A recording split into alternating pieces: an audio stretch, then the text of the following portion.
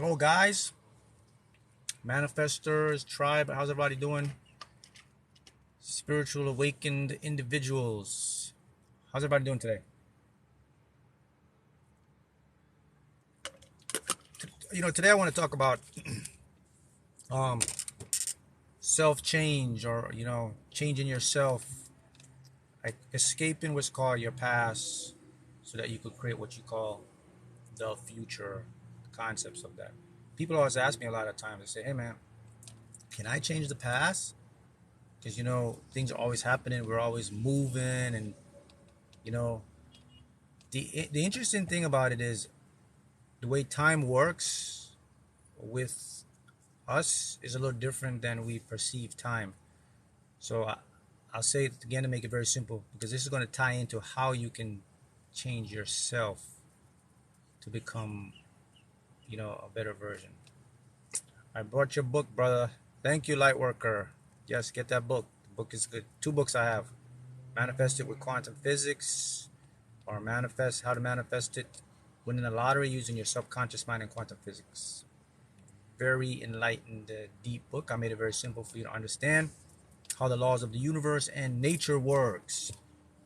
So let's talk about it. Let's talk about the self, yourself. Many of you are struggling right now. You're struggling with an identity crisis. You're trying to figure out how to get this, how to do that. What can I do to change myself to become the better version of myself? Good, you bought the lottery one. Excellent. What can I do to just um, be a better person in life? Be more successful, stop sabotaging habits and anything. So it all boils down to this one word. And I want you to, if you're watching this live, you may want to write this down, because this is going to help you change your entire life. I want you to write down the word perception. And repeat that. Perception. That's a that's the most important word you will ever learn or know in your life. It's more important than money. It's even more important than your name. Your name. Trust me, it's the most important word. And I'm going to explain to you why it's so important, and why it's a fundamentally changing, or a fundamental game changer for you. Remember that. Remember that. Perception. So when you write perception down, then what I want you to do now, I want you to write, or have somewhere it says, my perception creates my world. Write that down. Put it somewhere where you can get it. If you put it on your smartphone where you can read it, you need to do that. My perception creates my world. Right? Write that down. I'm going to show you something. So perception is all about time. What does time have to do with me being my best version of manifesting? The concept of time has a lot to do with that, because we're time machines. Did you know we're constantly going through the past, the present, and the future all at the same time? Your past, your present, or what you call future, is all happening at the same time. Right now, you're traveling through the past, future, right now you're shifting through so many dimensions. You're unaware of it because it's so fast, so fast. Remember, your body's made up of quantum particles. You're entangled, so everything vibrates. You're practically popping in and out of existence. At least the atoms, electrons in your body are, which you're comprised and made up of. The electrons pop in and out like this. Beep, beep, beep, beep, beep. Go into space. Who knows where they go? Fifth dimension, 10th dimension, wherever, they come right back. So you are a walking dimensional popping being. Okay. All right. So let's talk about changing yourself, or make you to become your future self, and to get away from your past. Because many of us are stuck with our past, right? Our past follows us, and we always hear the saying like, "Man, don't let your past follow you. Forget about the past," right? But it's a lot easier said than done, right? Because for some reason our past just keeps coming up into our head, man, and we know that. Okay, the past shouldn't affect me, but yet our past does affect us. So why does our past affect us, and why does our past follow us? Your past follows you because of your perception to the events of your past. So first of all, time works. You cannot travel physically back into the past to change something. Because the way it works is this. So there's a plane. Let me get my little napkin here that I did my illustration last time. So look at this as the plane. Past. I'll put it this way, maybe you can see it. Past, present, future. All on this big plane, but they're all at one. They're happening all at the same time. See? Your past is over here, your present's over here, and what you call your future. But if you could look down on a plane, voila, you can see the end, you see everything. So man, how could time exist? Time exists because you're this tiny little thing on here, and you can only see a little bit over here. That's why you can see the future, and you remember the past because your brain is limited in seeing capacity. See, you can only see like, and you notice how you can see stuff linear. See that? Linear time. You can't see the whole time, but yet the whole time is happening right now. Your death, your birth, your beginning, your middle, all happening right now. Here they go, right now, at the same time. Boom, look at that. You see how that works? All right. So now, let me show you what happens. Not only are you here, but there's infinite versions of every outcome you ever made. Right here. Over here, there's infinite outcomes of every version you ever made. Over here, there's infinite outcomes of every version you ever made. Don't bust your brain trying to figure this out or think about it. You won't get it. Just know it's happening. Okay, this is according to quantum. Think about every decision you've ever made or not made. What about the time when you decided to take the left instead of the right? When you took the left, the right branched off into a whole new timeline, and all the infinite possibilities of the right came. How about that time when you decided, your parents tell you, well, you should go to college, but you decided to go to trade school or something else. So when you went to trade school, branched off, and the timeline that you went to college, boop, pops up and it exists right here. All of that. Do you see how that works? All right. Now let's talk about these coordinates and how it affects you. So the past, the present, future, they already happened right there here. The coordinate. Physically, you can't go there. Can't time travel physically. But quantumly or mentally, you can. Think about your thoughts is, your thoughts are not bound by these timelines.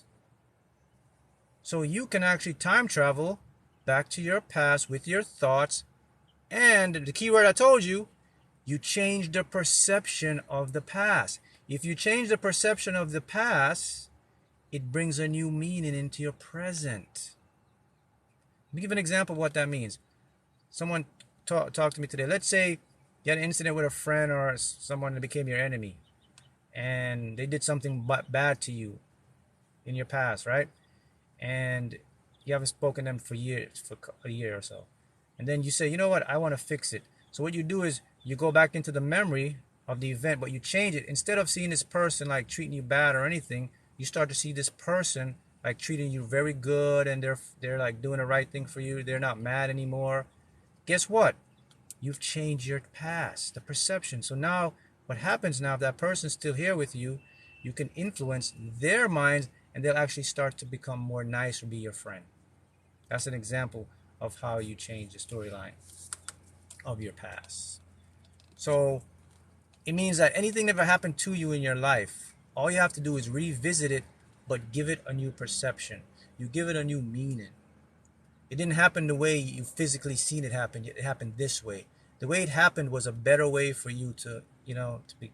That's going to change the past, and it brings a new present. What if the person who you treated you bad passed away? Then that's it. You can't do nothing with that. Forget about that. That person who passed away is most likely not here, probably in another dimension. Who knows? Parallel, reincarnated. So that's how you can change your past. So if you're struggling with what you were in the past, and your mind keeps reminding you of the bad stuff you did and what you couldn't do and your weak points and all that, your brain will take you back to that actual event. But what you can do, you can change the perception of that event. So you can say, you can change the perception. You actually can lie to your brain or trick your brain, so to speak, or your subconscious, because it doesn't know what's lie or truth. It just knows what you perceive. So any event that happened to you, you can make it a good event. You can make it something empowering. And this actually works because your mind sees the memory, and the memory to your mind is just as real as physical reality. And then what control, what, what works on memories are is your subconscious mind. Your subconscious mind will take that memory. If you do it over and over, it's going to believe that's what actually happened in your past. So now your past comes into your present. So now you don't have to take your past with you. Do you see how that works? I really want you to kind of get it. Try to make it as simple as possible. Does that mean I am in the vortex? Everybody's constantly in the vortex. You can't, the vortex, I guess, the field, the quantum field, you cannot, you are part of the vortex. You're in the vortex. So now you see how you can affect your past, right? Now let's talk about what I mentioned before, the perception thing, okay? Now notice the key word. What I told you, I said you got to write down perception, and you got to write down my perception creates my world, right? I told you that, right? My perception creates my world. So think about what perception is. What is perception? Perception is my unique view to anything. The way I view something, the way I think I view something, that's a perception. It doesn't have to be the truth. It doesn't have to be the real thing. It's just what I look at. Mark, what is your view on manifesting a specific person? Okay, I'll get to that in a second. All right. So, did you know that all of this, your reality, did you know it's a perception? It's not a truth. It's a view created by a collective consciousness of individuals. All of this is created by us, how we view it. What makes us create this stuff? What we view, what we watch, the things that surround us, the things that are placed in us, in our minds every day, will give us an alternate view of our reality. So if you want to get technical, there is no reality. There is only a perception to everything. Let me repeat that again.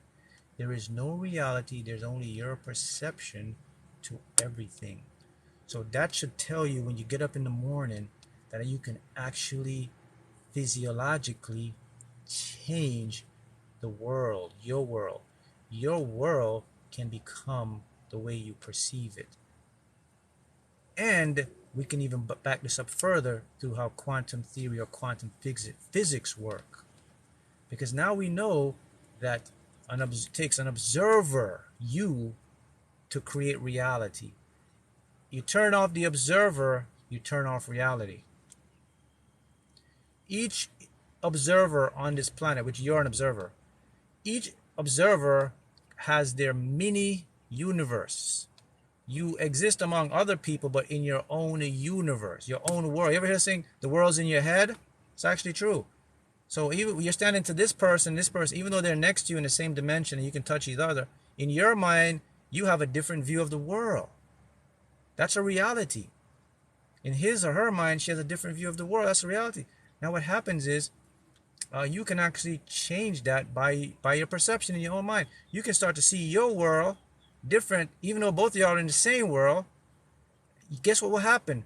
The world that you see will transform to your physical world. Now, it's not going to happen instantly now. That's just not something that pops in. But done repeatedly, over a bit of what we call a little bit of time, it will happen. And you need that little bit of what we call time because your subconscious has to adapt this new program. Someone asked me what about manifesting a specific person. Okay, when it comes to people have one, I don't want to say downfall, or it's not a downfall, but when it comes to people or manifesting people, number one, you can't control people and you can't get people to love you or like you. They have to already have some sort of feeling for you because people have their own free will in their head. So if someone already had let's say they had an open mind about you, then you could influence them. So you could manifest a specific person if that person matches your vibration. But you can't manifest someone if they just don't feel you. You can't make someone love you. You can't make someone like you. If you make someone love you or like you, they most likely had some sort of openness towards you. So most people here, they think they see anybody they could get them. You can't do that. Remember, even though every disappointment is for your good. So if you don't get something, it didn't work out, it wasn't meant for you, it wasn't for you. It means something better. We can't accept that because we have an ego, and the ego is so stubborn. The ego wants what it wants. The ego don't care about the consequences. It just says, I want this now. Can you manifest, can you by accident manifest something bad if you're depressed? I mean, you can manifest. Okay, manifesting is all about this. It's about what you focus on a lot. So if you're depressed and if you're focusing on like a lot of negative stuff, it's possible that you can manifest. Now, remember now, the way manifesting work or the way stuff work, people get scared and think, oh, if I have a negative thought, man, or if I feel depressed, I'm going to manifest. Not so fast, my friends. It takes a lot to manifest those type of stuff. I put in perspective for you. You have to say, if you want to manifest something really bad, you have to think about that bad stuff every day, all the time, for like 6 months straight. That's how you're going to manifest it. That's how I manifest. So it doesn't manifest instantly. So it's okay to have bad feelings and bad thoughts. Just don't dwell on them. Now, if you dwell on them, like I said, that way, you're going to manifest it. Okay? Just like you can focus on, that's why I always say you can focus on something good all the time, you're going to manifest it. Right? Do you believe in the 369 Tesla manifesting method? Oh, yeah, yes. 369 is the geometry of the universe. It's like a codex. The universe is mathematics, right? What do I know about number 8? Number 8 is, I love that number. When I see that number, it's a money and abundance. It's the number 8 is an infinite number. It's a constant abundance number. That's why if you see 8, look at the 8. Look at 8. If you see the number 8, let me get my pen here. I want to show you something. If you see the number 8 here, the thing about the 8 is, I'll draw the 8 so you can see the 8. You see the 8, right? The 8 doesn't break a plane. Look, it continues, it goes around, it continues, it goes around, it continues, it goes around. So the 8 is a symbolism of infinity. So since the universe is infinite, an 8 is an abundance number because that's what we gave it as a collective subconscious. When you see 8, it usually means like money, good fortune, like a big reward. So the 8s are always like that. So the thing you gotta understand though is, with people and with reality, it's your unique perception of your reality. So that's why I told you the perception is probably the most important word you ever know. And some people don't get this. What does this guy mean by my perception? It means that whatever you think in your head and see in your mind about your world, that is what's going to change to physical stuff. That's a perception. That's how this stuff is made up, guys. There is no what you call reality is all subjective. It's based on you, how you observe or how you see it. The reason you see an objective world, like a world like this, is because that's what you've been subconsciously programmed to see. And you've been subconsciously programmed through like school, through television, through your parents, their experiences, etc. And you perceive that to become your world. But you can instantly change your world by changing your perception. When you change it, anytime you change a perception, like if you start to look at things differently, all right, we're going to show you how perception becomes what we call reality. So here's how this stuff works. So the minute you start to like see your world different, become an optimist, like see the good stuff happen in your life. The minute you start to see that in your head, something marvelous happens. Your brain, if you could put the scan on your brain and you watch it, because your brain is so used to this negative pattern, it's already fused, right? But now if you start to change your brain pattern and you start to think of something positive, you watch it on a scan, you'll see your brain start lighting up. The neurons and the dendrites and the synapses, the axons are the parts between the brain that transfers information. They start to light up, because when they light up, it tells the brain we're making a new neural connection. So the brain now starts. That's what your brain is just made to always connect and seek out connection. Your brain loves to connect with other brain cells. It wants to connect. It wants to fuse. So if you have this pattern of life, the fuse is just a continuous fuse. But when you do something new to the brain, it lights up, because that's what it wants to do. It wants to create new pathways. So the minute you start doing that, now you start to change your perception. Once the perception changes now, then that's when a belief will form. You need beliefs to manifest. You just can't do it with perception. It takes perception. It takes beliefs. Beliefs leads to habits. Habits create the actions. The actions create your physical experience in the world. That's the formula for anything to come into this world. It has to go through that phase. There's nothing. That's how manifesting or creating your life works. You have to do that. So let's give it an example. Let's say now you're someone who's like, you don't like the way your life is, and you're tired of this stuff. So you say, you know what, I'm going to try what this guy says. Let me just do this for like 30 days. I'm going to just try to think, see stuff, write stuff down, and see what's going to happen to my life. And you start to do that every day. Like you go to sleep, you may see like, I'm just like, you're not seeing how you're getting the stuff. You just see you having your stuff.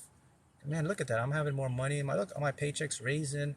My car's working. My car's not breaking down. Oh, my girlfriend now is like more happy. Oh man, I'm more healthy. I could run it. You just start seeing stuff that you like in your life, right? And you do that for 30 days, right? After the first 4 or 5 days, it's going to be really rough, because your brain's going to fight you, and negative thoughts going to come. But you're like, man, I'm tired. I tried it the negative way. It didn't work. Let me try it this way. So you start doing that. After day 7, you start noticing, it started becoming a little easier. Let's say around day 15 now, you're like, okay. You notice like things are happening. Let's say you go to day 20. You're like, people start acting different. You're like, day 25, you get a break, you get more money. The stuff that's happening, that you were doing, they start to happen in your life. So how do you explain that? Well, this is how you explain it. While you were doing that, your brain, someone said neuroplasticity, yep, or more like it's neuroplasticity. Neuroplasticity is the after effect. Creating a process called synaptic pruning. So you're synaptically pruning, getting the brain cells ready. So now the brain is getting this new information, and now it's seeking validation from the unconscious mind. So anytime the brain gets information, it has to send it to the subconscious, because the subconscious is what directs and creates the physical stuff that you experience. So now the subconscious starts to get this information in. Now the subconscious can only manifest stuff with a belief. A belief can only happen if you do something repeatedly, so it can get into the subconscious, which you've been doing for the past 30 days, right? So you do this. So subconscious now has this belief. So once the subconscious gets a belief, it's going to store it. It's going to hold on to that belief. And then what it's going to do is going to run the program out of that belief. And that belief now is going to affect your outer world. See that? So that's why you see people. So you got to always remember, guys, the world's not out there. The world is in here. The world is in your head. Your entire universe is in your head. All the people you ever meet in your life, they're not out there, my friend. They're all in here. You're seeing and you're experiencing your own creation of reality. The person next to you is seeing and experiencing their own creation of reality. Yet, both of you are in the same space and same dimension, while experiencing a different universe. Do you see what I mean? So does it mean anything if you were born in August, month 8th, and 8th, does it mean anything? If you give a meaning, yeah, it's up to you. But it's your perception, guys. Whatever you give something a meaning to is going to become true. We give the number 8 a meaning of abundance. All of us. That's why the number 8 is abundance, because everyone agreed on it. A collective subconscious says 8 is infinity, 8 is abundance. It becomes abundance. So if you're born in the 8th month of August, your subconscious mind is naturally going to be inclined to say that's an abundance year, month. So it's going to become abundant to you. Well, we make everything up and we give meaning to everything as a group or as an individual. That's the power. The collective is always way more powerful than the singular. That's why it's important. You got to be careful what you watch, because a lot of stuff they put out is to get the collective to see the world a certain way. The collective will always outpower the singular person. In other words, if someone can convince more people to believe something, then that belief will more likely turn to become a true reality than one person. That's why the mainstream media is so powerful, because they control every information you get. So they affect your perception of your reality. And matter of fact, to get technical, they are the ones that's telling you what the world should look like and be like. They're the ones telling you who you are and what you should be. You're not even doing it yourself. Matter of fact, you don't even know yourself yet. You've been programmed by someone else through a mechanism of the news and the TV and the shows and all that stuff. So if you want to be free of that stuff, you got to cut that stuff off. Like I said before, I haven't watched the news in like 5 years, 6 years. I don't even watch the weather. I used to watch the weather, but the weather now just be showing clips of stuff happening. So I don't even watch that, because I'm aware that if my perception creates my reality. And I have to protect my subconscious mind, because my subconscious mind is very easy to influence, because it's like it's so illogical. You know, you have to protect that. That's your superpower. You need to protect the point of view that creates your world, man. The point of view that creates your world is very vulnerable. It's really easy to target your subconscious. People don't understand that. When you go outside every day, you're being bombarded with subconscious information that you're not even aware you're picking up. They're shooting subconscious missiles at you every day, man. You ever hear subliminal messages? Like when you watch a TV show, you probably don't even catch it. Did you know that your subconscious can pick up sound waves the same as dogs can hear? You know, a dog whistle, you blow a dog whistle, you can't hear it because the frequency range is on a different level. Your subconscious mind is even more acute than that. So that means every day there's billions and trillions of stuff going on around you that's seeping into your subconscious mind that you aren't aware of. But yet it's affecting your belief because you're surrounding yourself with it every day and you're not aware of it. See that? Yeah. This is very deep stuff. A lot of this stuff has been hidden from you too. It's all about awareness. A lot of this stuff hasn't been aware to you or put out to you to understand, because you know they figure that people don't care. You know, they got too much stuff going on in their life, but they're the matrix is the one that make all this stuff goes on in your life, like negative stuff, all this bad stuff you're experiencing. It's mostly contributed to the world we live in and the mindset that you've been programmed with through what I call the mainstream hub or mainstream media. So you have to protect your subconscious. And I protect my subconscious by not tuning into like a lot of negative stuff. I protect my subconscious by keep constantly building it up with things I want to change my life. I'm constantly putting new information about things I want to focus on. And then I program my subconscious so it can hold that stuff so that, I don't get exposed to like negative stuff, right?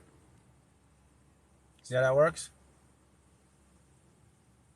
Even the Bible says if two or more agree, it's done. Yeah, because that's a collective subconscious. All of you guys are connected with every single person on the entire universe, entire multiverse. Let me show you something about your thoughts. Have you ever wondered where thoughts come from?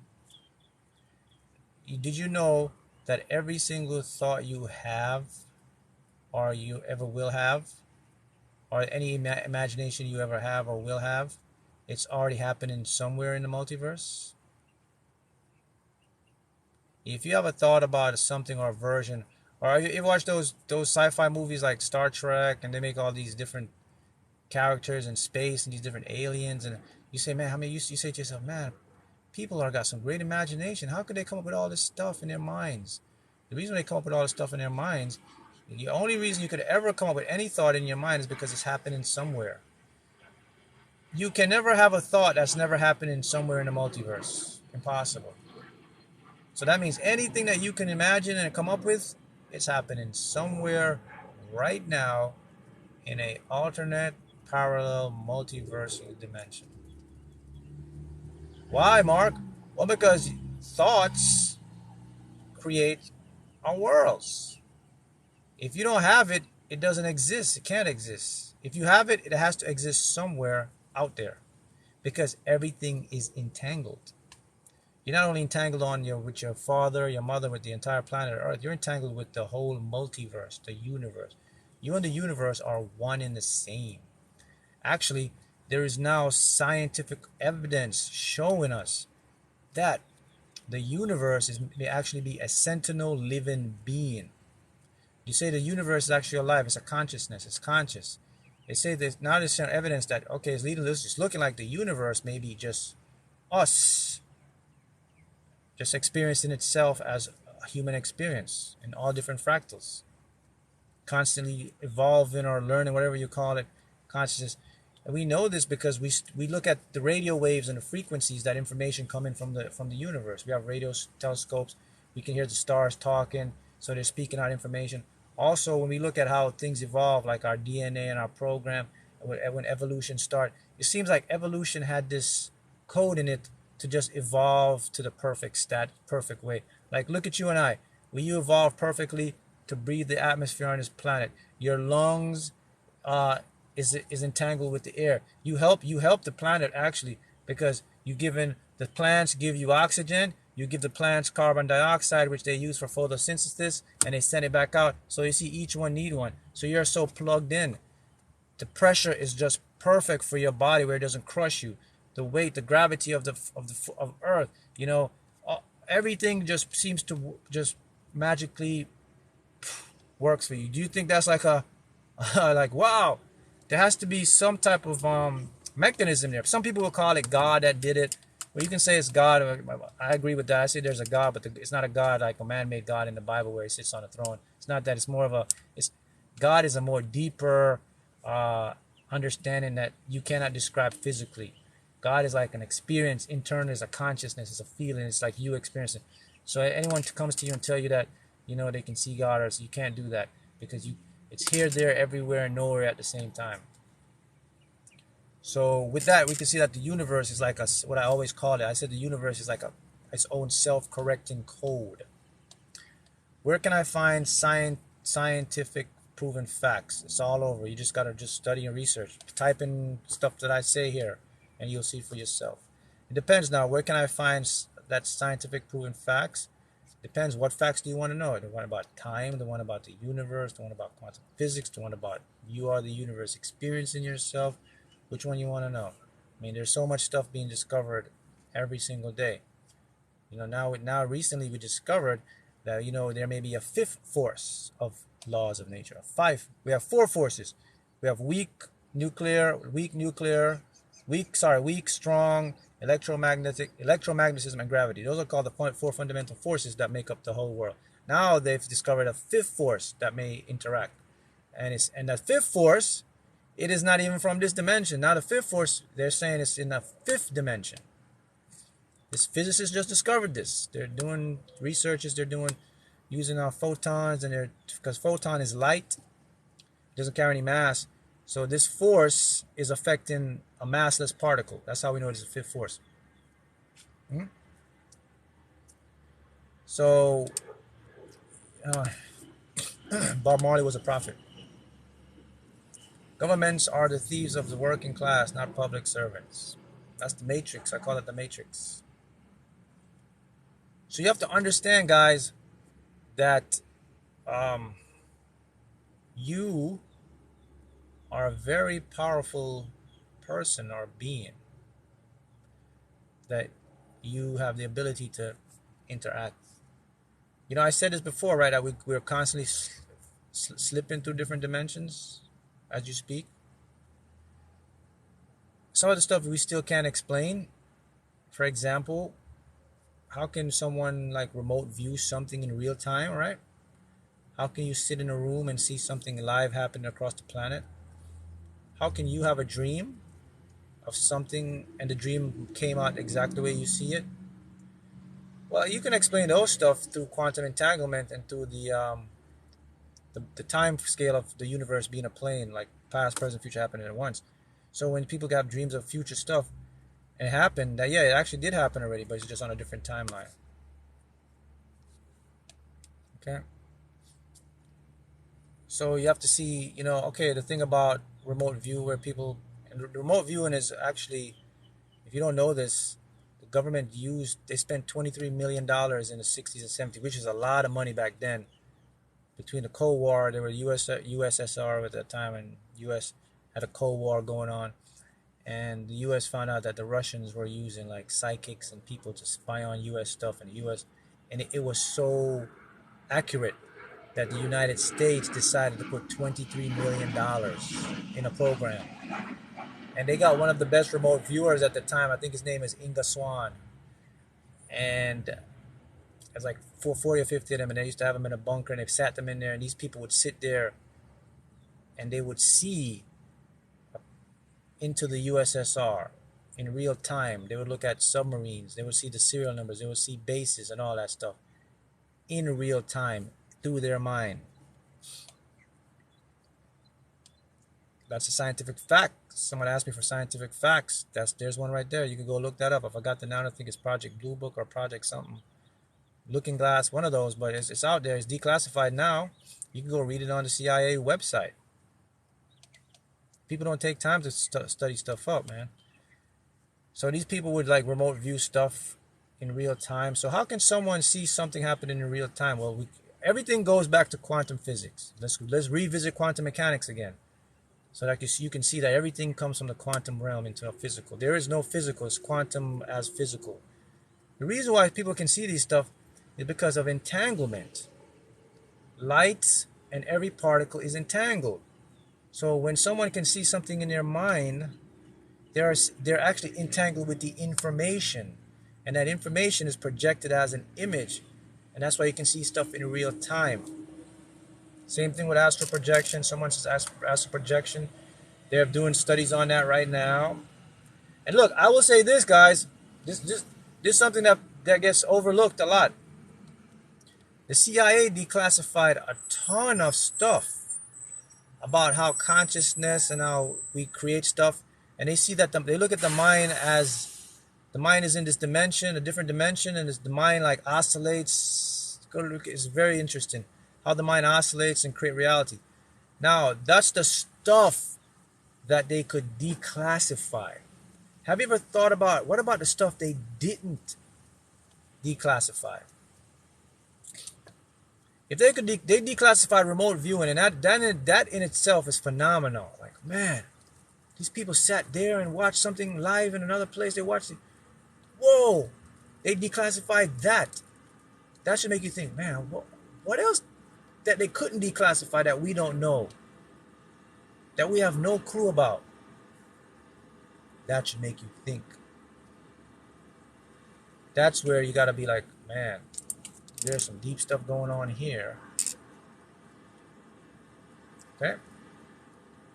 So you have to understand.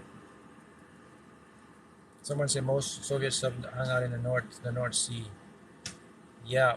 This guy was really good. Inga Swan, and there's probably more of them. But there was one story where they were struggling, I think in California, where a young child was missing and they couldn't find the killer. And they went to this guy, I think it was Inga Swan, and he told them where the body was, what color the car was, what the street and the address. And the cops went there and they did that, and they found the girl exactly where he said it could be. And this case was going like cold for like 3 years. He told him it was on this street, it's this car, it's in the back, open the trunk on 5th, on da da da da. And they went there and they found it. So, you know, the thing with, I'll say this about the mind. So what you can, this is okay. This is a scientific fact. Okay, this is coming from the declassified part of the CIA information. Okay, this is not Mark.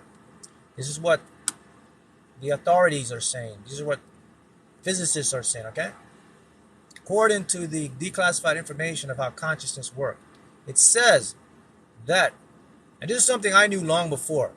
It says that your mind, your mind, what you think about, it's not here with you here. It says the mind is in an external or another dimension.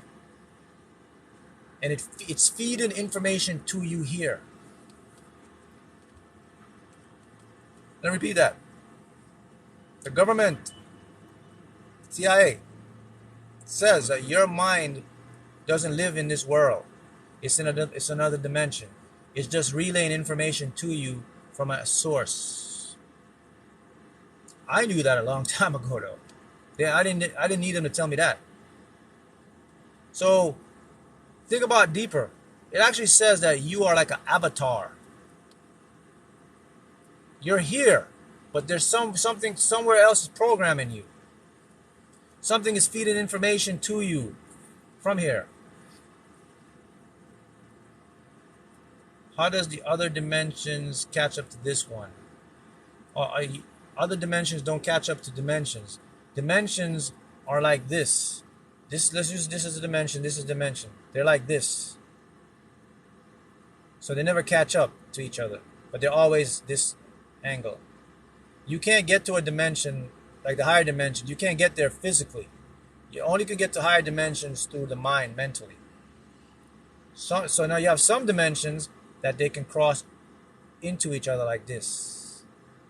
So anytime you have dimensions that can mesh, that can interact with each other, those dimensions are similar to our dimension. That means they have the same charge, like the same part. The way the physics work there, they're compatible. But there's some dimensions that are passing through you right now, or that are happening right now, that you are oblivious to it. There could be someone walking on your head right now. There could be a ship passing through your head right now. You could be in a fire right now, and you're oblivious to it. Because in those dimensions, the way the charge of particles work to fire off, they change just a little bit. So bam, it's incompatible with our world. Therefore, we can't see it with our senses and we can't perceive it. But it's happening to you right this moment. Right this moment. I don't know, aliens are walking over your head. Maybe there's a dinosaur walking on you right now. You're on a ship. You're in another alternate world. All of these things are going through you, but you can never feel or detect them, because the way reality evolved there, physics evolved just a little bit, where the particle just went off just a little, enough that our senses and our bodies and our feelings, you can't perceive it, you can't see it. Those are what you would call the higher dimensions. Look, that's a fact, man. That's a fact. A theoretical fact.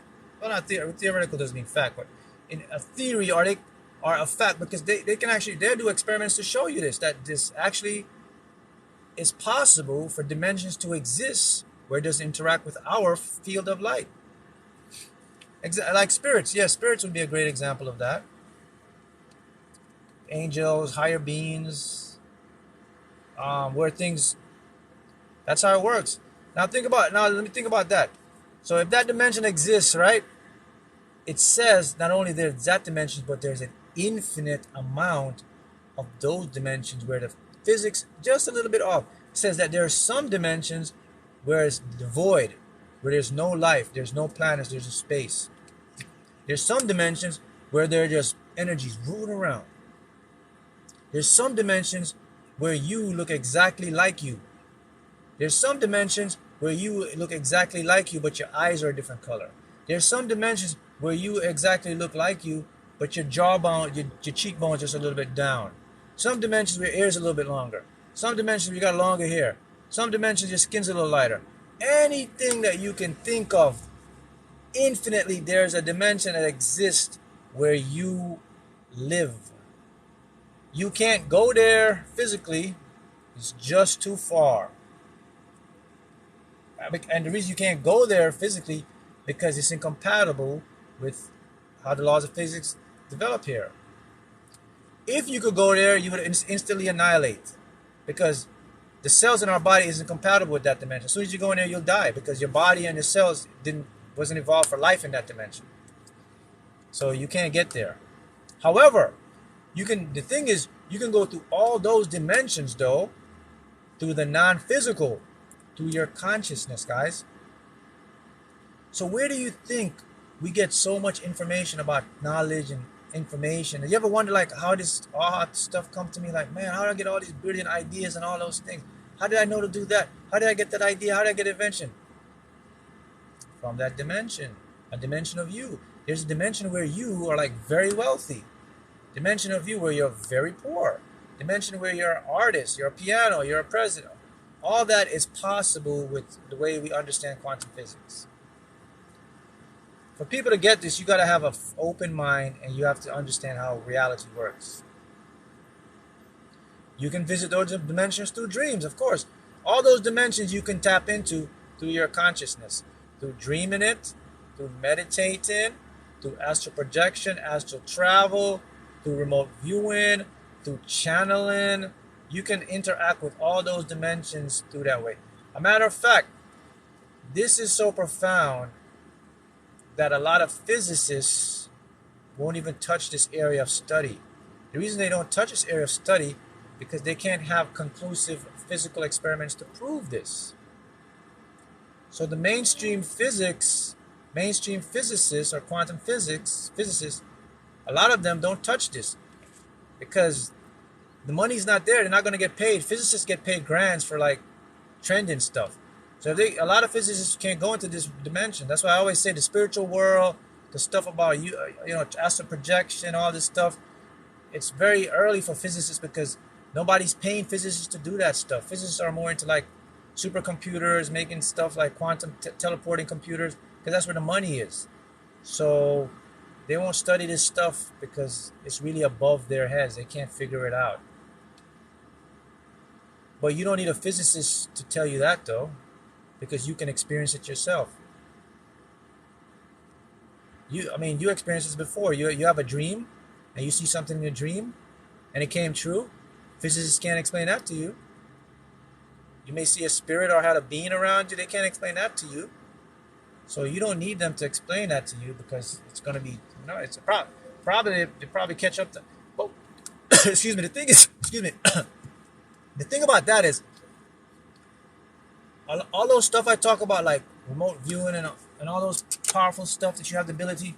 The interesting thing is that was known thousands of years ago before even science was invented.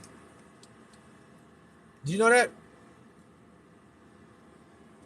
The ability to like astral project, to use your mind to create stuff, that was known like thousands of years ago. Someone taught us that. I don't know, or maybe it was innately, but we knew that.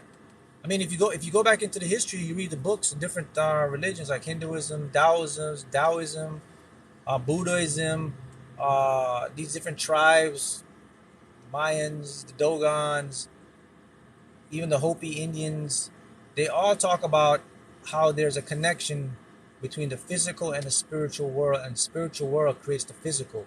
They knew about the heart, the electromagnetic field of the heart, long before science discovered that our heart had a 6 feet radius of electromagnetic field. They understood that the mind affects the physical world, right? Before technology appeared, right? I hate sleep because I'm always in the water chased by gators. So your dream, that dream is a message for you, my friend.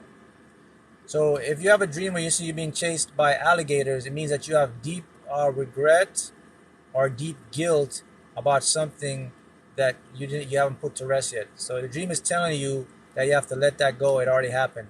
So you have some type of regret or some type of fear or some type of guilt about something that's happened to you or something that you think will happen to you. So your subconscious is talking to you and telling you, hey, this is what I'm getting. So dreams, when we have dreams, they have meanings. They reflect certain things in our life, deep-rooted stuff. That's why you're always being chased by alligators, representative of your dream. Why is it so hard to let go? Because you have an ego. Your ego loves to control stuff. That's why it's so hard. And what happens is the ego is intertwined with your emotions. And you know, the biggest thing, why it's so hard to let go to is because it's called fear of missing out. I think it was called FOMO, right? They made us think about it, FOMO. You got to get out of that. Fear of missing out. Your ego, what the mind does, the mind will paint a picture to you to tell you that you need it. You can't live without it. You have to have it. It's a big thing if you don't get it. That's why it's so hard to let go, because we've been tricked by our minds that this thing will make us complete. We'll be incomplete without this thing. So if you understand that, then you should easily let go. What if you have dreams about underwater beings like mermaids and almost like reptilians? That dream could mean a couple things. It could mean they're communicating to you. It could mean that you're dimensionally traveling, or you're channeling those beings. Yeah, you know, the thing about, remember, everything is connected, guys. So there's so much stuff out there that we don't know, that some dreams you have, they may be other beings communicating with you or giving you downloads. Because there are people that have dreams that have never thought about, like mermaids or aliens or manifesting. They never thought, and then all of a sudden they have a dream about it in their life. That's not a coincidence. It's channeling. I used to see 444-111 all the time for years now. It stopped. It stopped now because something's about to change in your life. Something good is about to happen. Anytime the synchronicity stopped, that means your manifestation is about to come true. Something good is happening. Anytime you're going to manifest something, you're always going to get to what I call a dead pool, where everything just seemed like it stopped. That's what I call the angular change of momentum. Momentum is changing. So when the momentum changes to us, we can't perceive it. Right?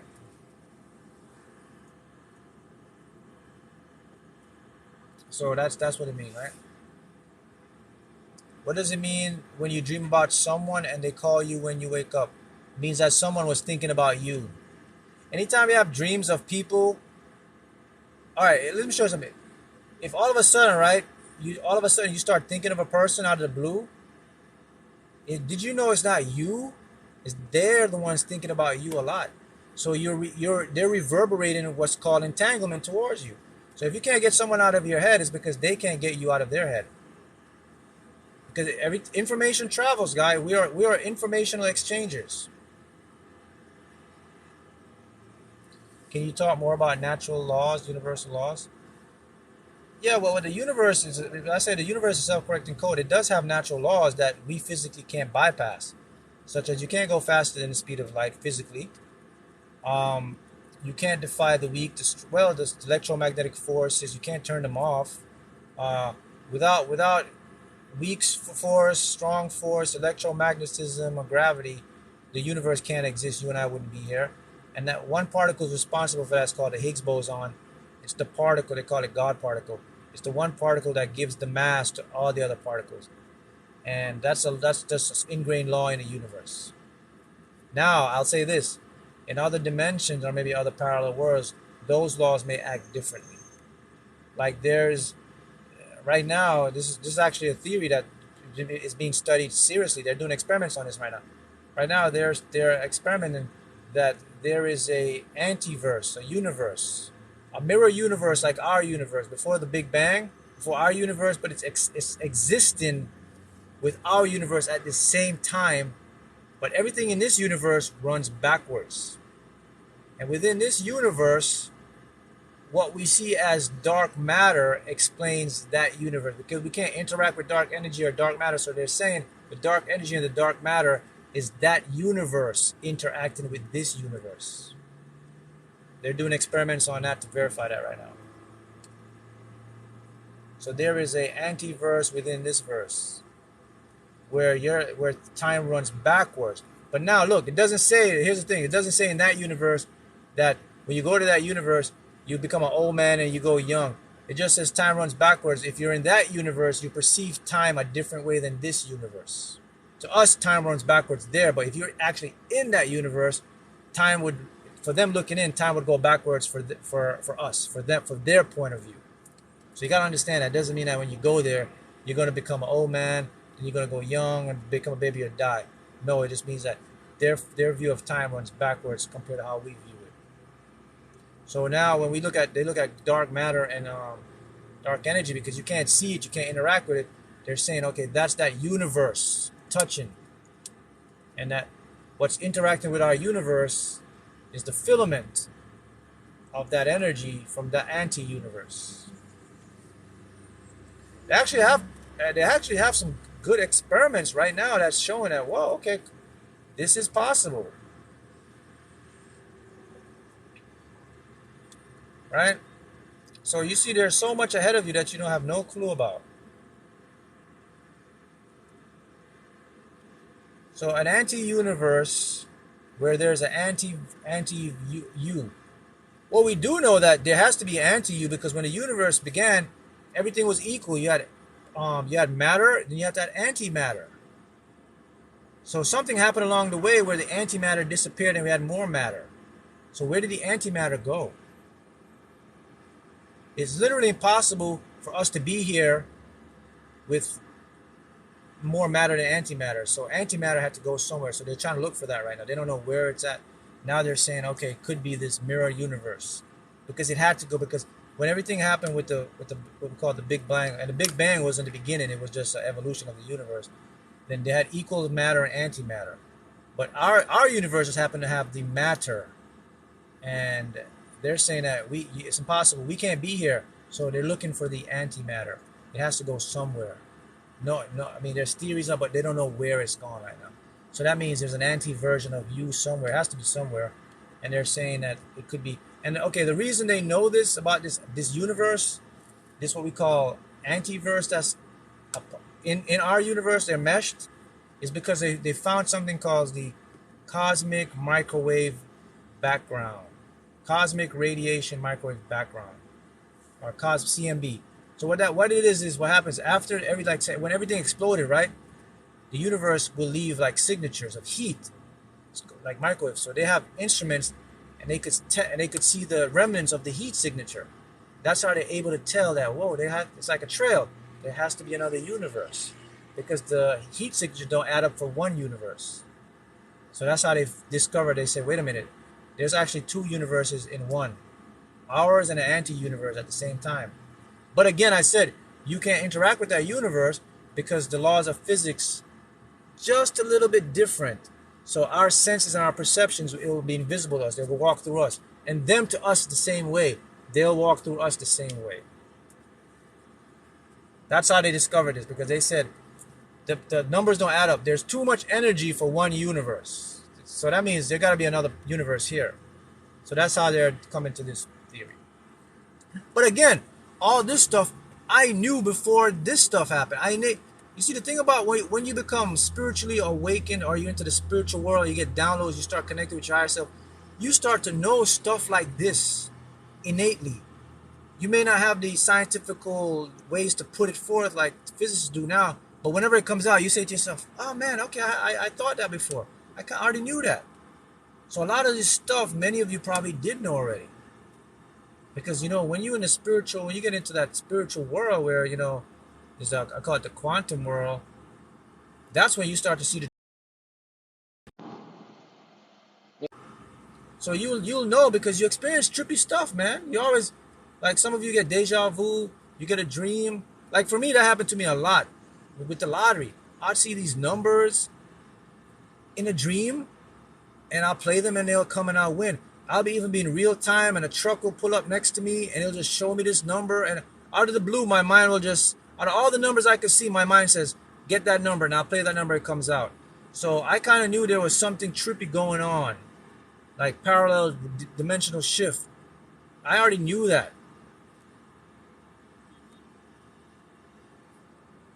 See that? So I kind of knew, like, okay, there's definitely this reality isn't a real reality. It can't be. The lottery taught me that, because lottery is like a game. It's supposed to be a game of odds. You're supposed to like hope and luck, right? But for me, it's not. For me, I can physically like see these numbers. I can put myself somewhere, and this truck will right next to me, and a number will be there, and that number will come out, the exact number, the way it did, and even the time of day it came out. And this don't happen to me. It didn't happen to me once, twice, three. I can't even count on how many fingers this happened to me. So I already knew that through the lottery, that I live in a world that's not physically or real. There's more to it than what they're telling you or what they're putting to you. I already knew that. So to me, that was a game. Even with the scratch offs, I could go somewhere. I could sit here. I'm doing this live right now, and an image will come into my mind to go buy a ticket. I'll go buy that ticket. The store could be 5 miles away, and I've never been there before, but I see it in my head, and I said, go drive down there, and I go there. By God, there's a store there, and I go in there and buy a ticket, and it's a big winner. See, all these stuff I kind of knew already, but putting it together, the pieces together, is where the challenge comes in, because you can't see everything. But I already knew about, like, we're interdimensional beings, that the mind exists in another dimension, and government saying that now. I knew that stuff. I already knew that there's a higher self, my higher version. I knew that this is not me. This is my representative. I knew the real me is like outside of a dimension talking to me. I kind of already knew those stuff innately. But you can't, the thing is, when you know stuff like that, you just can't go and talk to anybody about this, because anybody is not going to understand this stuff. Some people may look at you as a quack, and they'll ask you all the time, and I get this all the time. The famous one they always say to me is like, yeah, I want what you're smoking. What kind of trippy drugs you're taking? So, all the time I get that stuff. When I win these numbers in the lottery and all that stuff, and I post stuff, and the people that got, like, what I call them, like, low minds, they're not open minds. They're the ones who will say stuff like, what are you smoking? I want to get what you...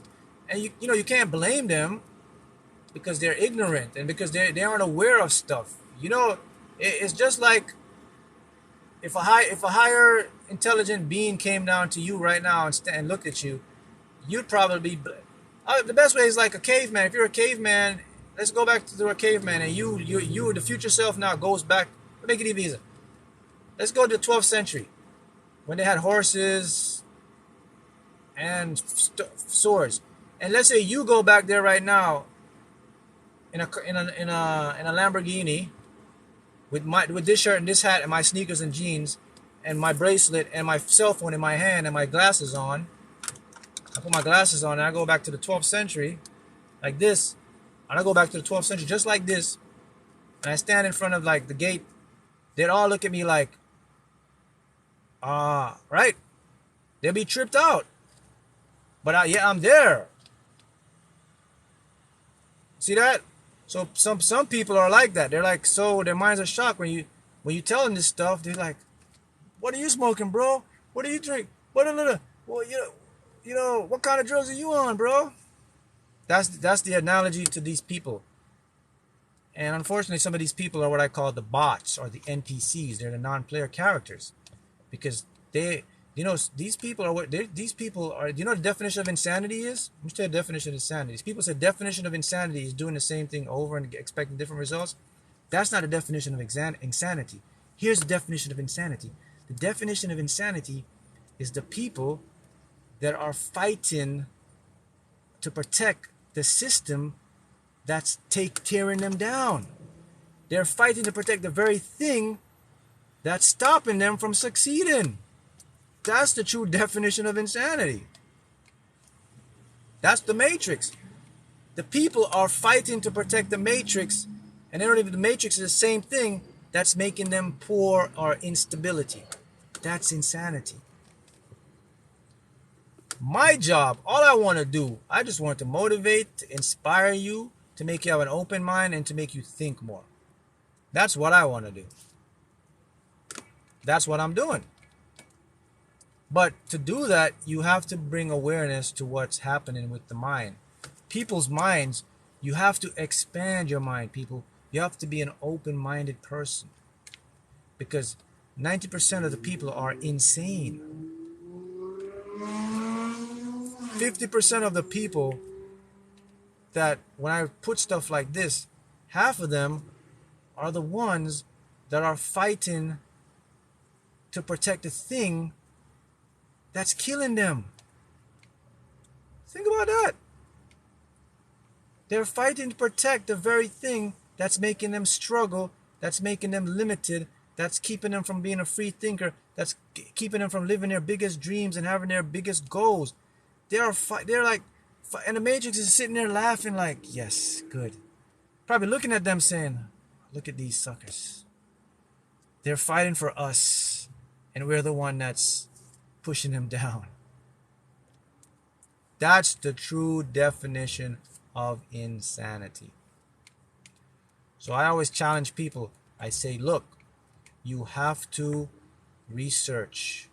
You have to have one-track mind. Go read. Look into physics. Look into the psychology of your mind.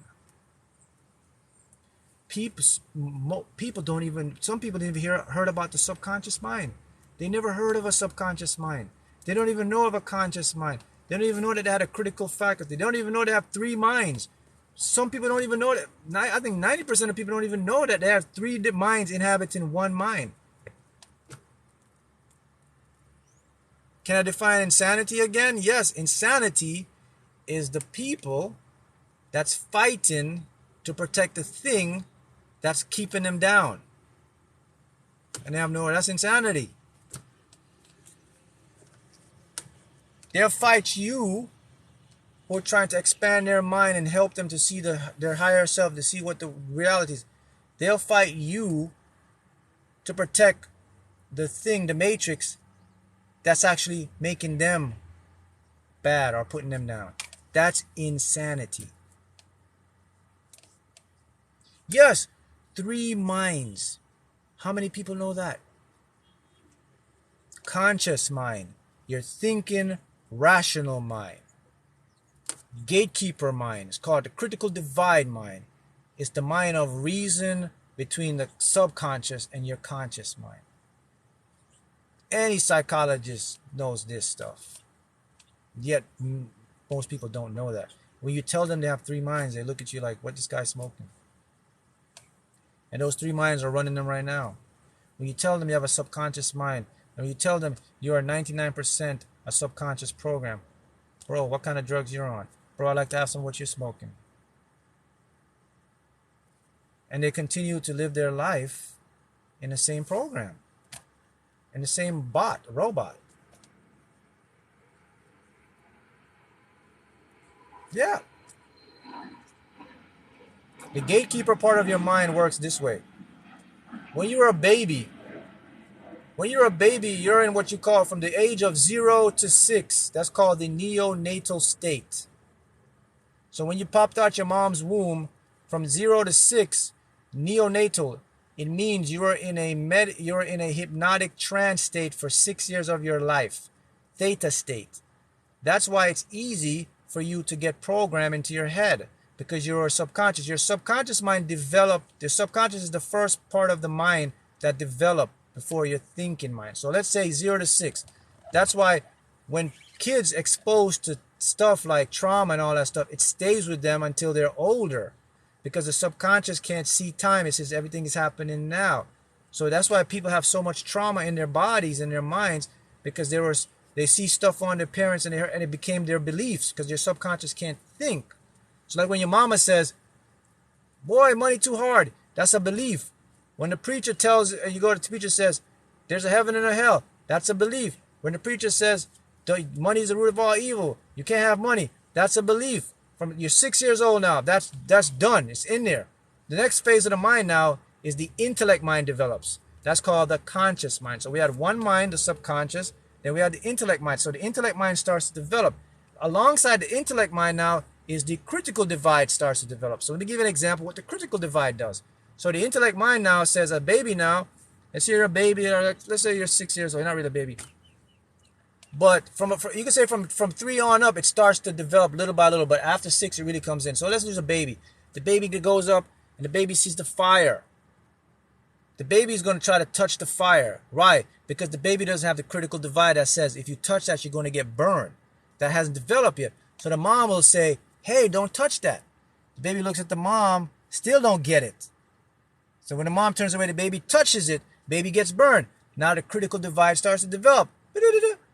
Write this down. Do not touch fire.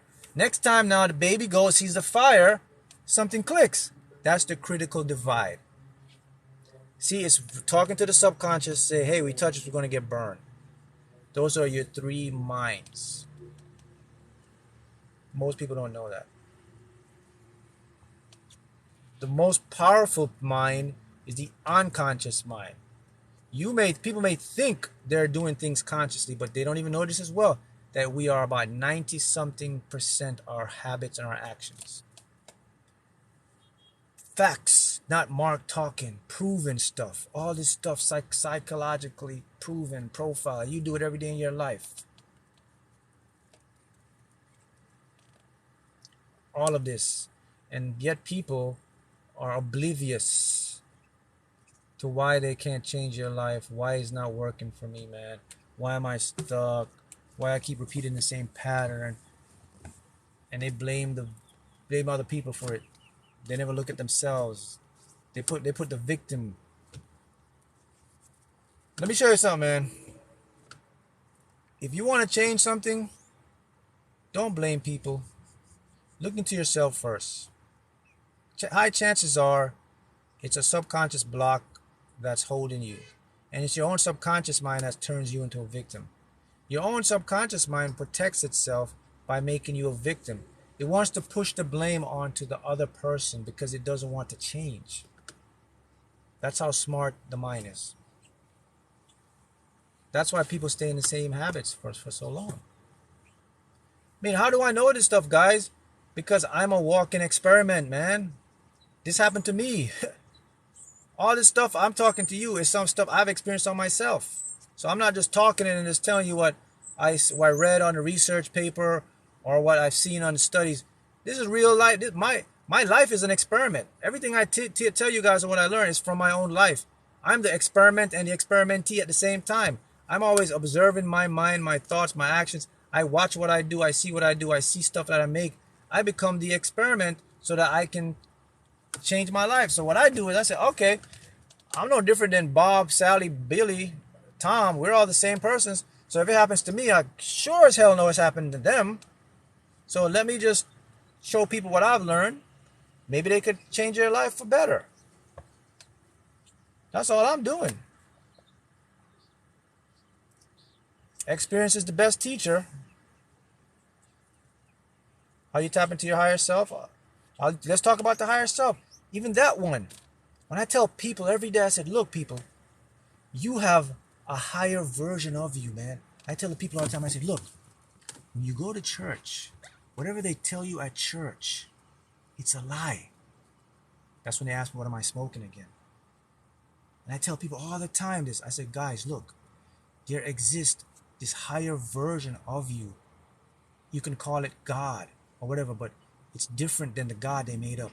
It's really you, but it's in another dimension. And look, I knew this when I was a kid, man. Now we got the government and we got the scientists and the physicists now proving that, oh, the mind exists in another dimension.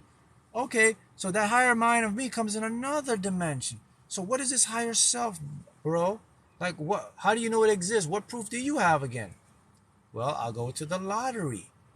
How the heck you think I get all these numbers and I'll be at the right place at the right time? Do you think that happens by my regular mind? It's coming from somewhere higher. It's the higher version of me. How do I know this? Because I started to talk to it and it started to talk back to me. Repeat that again. I started to talk to myself, the higher self. I started to tell it and ask it, and it would send me information through what I call downloads.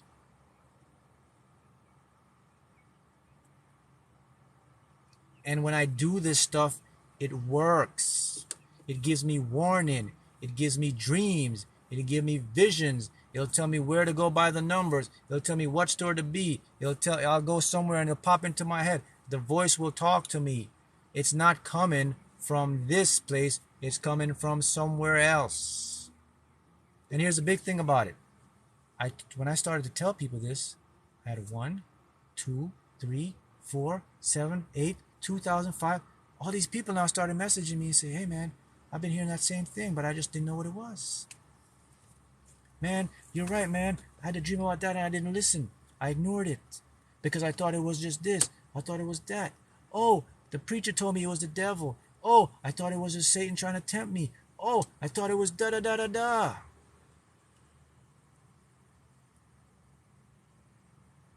That's what they're doing. That's what I mean. That's what it is. That's your higher self. You have it. It's connected to you right now. You can go talk to it right now. You know, there's no magic formula to do. Just talk to it. You just have the only way to get to your higher self. You have to be relaxed, and you have to be just got to be in a state of relaxing. You just talk out loud in your own voice. Ask it a question. Ask it to give you a sign. Go test it out today. It will tell you whatever sign you want. It'll come to you either in a dream, in a feeling, or some type of physical stuff around your world. It will happen. How do I know this? I've experienced this particularly with lottery.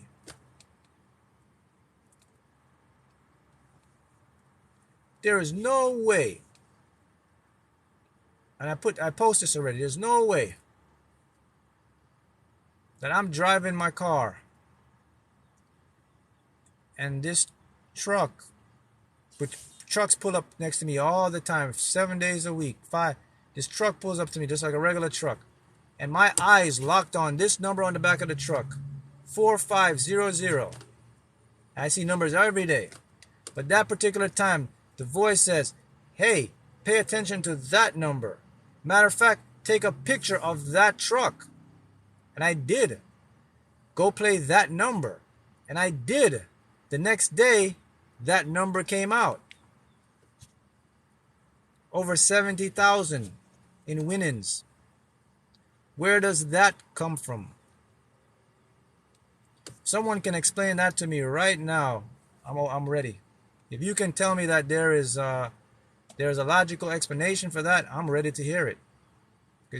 And the proof is in the pudding, because you can go to my YouTube channel, you can go to my community post, you can scroll down, you can see the picture of the truck I took the day before, you can see the picture of the screenshot of the lottery when it come out, you can see the winnings right there. Go to my Facebook group, same thing. I knew to take the picture before I knew that number was coming out. I said, take the picture. If someone can explain that to me, man, I'm ready. But they can't. No one can. Because it doesn't make sense. It doesn't add up. People don't understand this. And what is instincts? Instincts don't do that. Instincts don't speak to you the way your higher self does to you. Instincts is just a do. It's like that. This was a calculated, precise message. Some people call it, you could call it sixth sense. I call it divine intervention from a higher self. I call it being connected to your true self outside, helping you to navigate wherever you want to be. But you have to be plugged into that self, though. You have to plug into it. Plug it into. If you're gonna get to that level, number one, you have to have an open mind. Number two, you have to believe. Number three, you have to kind of get a little. You have to have a little understanding about how quantum physics work. You don't have to know the deep aspect of it. The only thing you have to understand is you got to know, guys. You have to know that your thoughts shape your world. If you have that little information, you can get to your higher self. If you don't have that, you got to work on that. You have to know that. And there's so much scientific evidence to show you that now. Now we know that your thoughts affect your DNA, which causes it to create certain proteins. You get proteins that are inflamed, which makes you sick or feel bad. And we do know that because we not, I mean, the biggest, I guess the biggest information for you guys to know this is what's called the placebo effect. Does anyone know what the placebo effect is? I mean, you can tell me how it works, but science today can't even tell you how it works, why it works. They just know that they just know that the mind believes it so much that it manifests as the physical reality. The body can heal itself based on the mind. So I'm here to tell you, man, guys. Yeah, sugar pills. That's what they give people. People don't understand that. Anytime they're going to do any type of new drug, any type of new, anything they're going to do, anything coming out, they're going to give people two experiments. They're going to give people the real drug, and they're going to give someone else the placebo or sugar pills. And both of them won't even know. Only the experimenters will know who got who. All the time. It's been happening all the time. Some people don't even know that.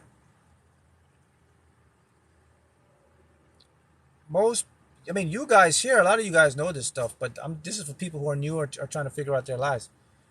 But the placebo effect, people don't even know that stuff, man.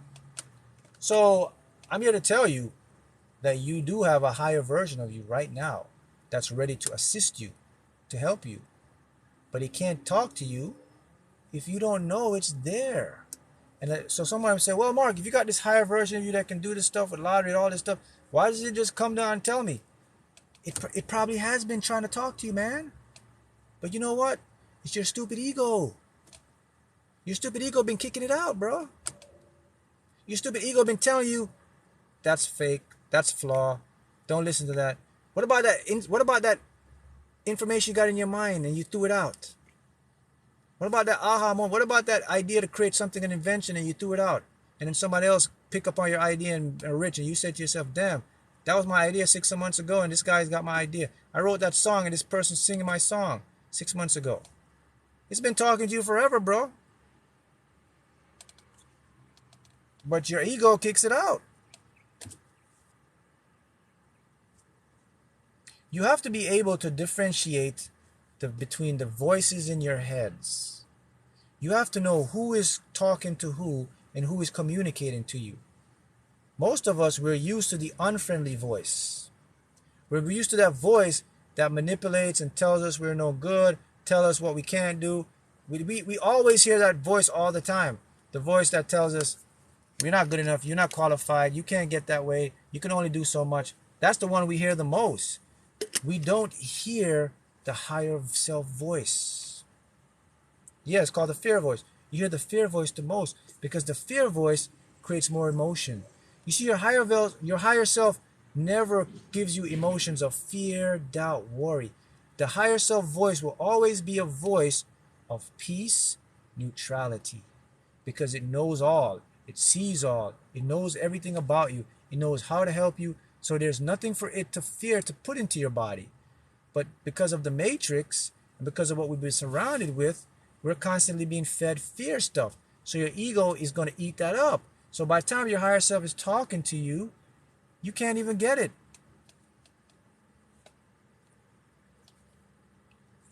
So I discovered the way to fix that. I figured out how to get to my higher self. I'll show you right now. It's very easy to get to my higher self. So here's what I did. Like I said, this stuff happened to me because I'm experimenting on myself. So I noticed that this voice was always an inner voice. So I was like, man, why is my ego talking to me? One day I said to myself, what would happen if I talk out aloud to this voice? That's what I said, right? Because the voice always in my head. I was like, let me try something. Because I would try to talk to the voice in my head to fix it, but it didn't work. You know, the voice was like antagonizing me, telling me what I couldn't do, and then I would talk back to it in my head, but it didn't have no effect, man. So I was like, let me try this. Let me talk out loud to this voice. And one day I just said, yo, be quiet.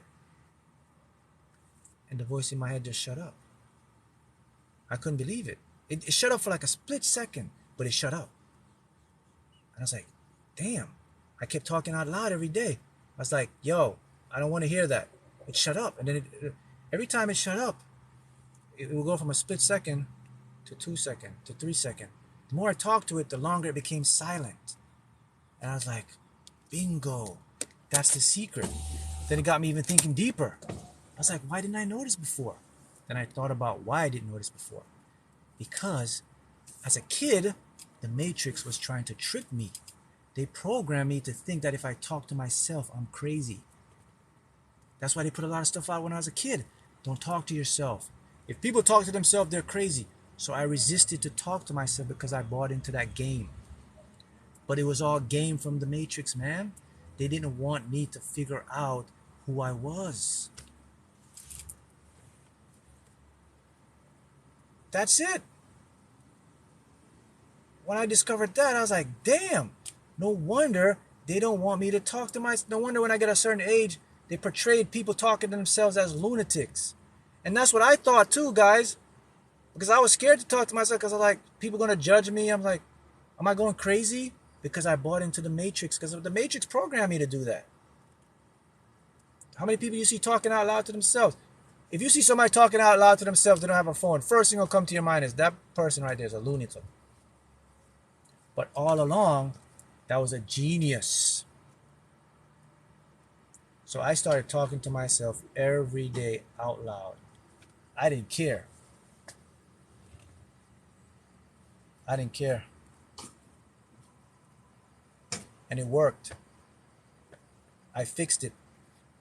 So I said to myself, all right, so if I could talk to that way, can I reach my higher self the same way? I was like, let me try that too. So one night, I just relaxed, kind of just got a meditative state, and I started talking to myself, my higher self, but I talked to my higher self in a different voice. I talked to it in a more calm, commanding voice, like a knowing voice. And behold, I got information back from my higher self that it heard me.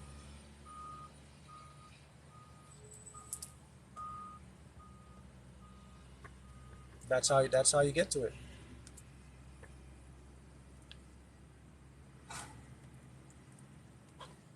See that? And then as I got better, I discovered something even more. So I was like, all right, so why couldn't I fix the voice in my head with the voice in my head? And it dawned on me, because the voice in my head, I was using the same voice in my head to fix the same voice in my head. It wasn't going to work because the voice in the head already knew its own voice, so it wouldn't have an effect on it. The voice in my head never heard me speak out loud. So when I spoke out loud to my voice in my head, it shocked it. It shocked it because it didn't have control now.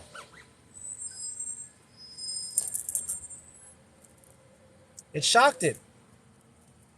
It was like, you're not supposed to know this. The voice in my head was like, who taught you this? You're not supposed to figure this out. And I was like, I got you now. That's how I teach people, and that's what's been working.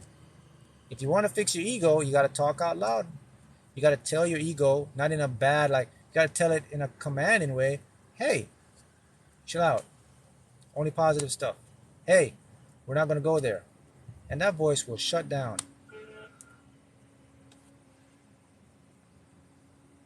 It shut right down. And then you can tell it what to think. That voice will put it right in your head.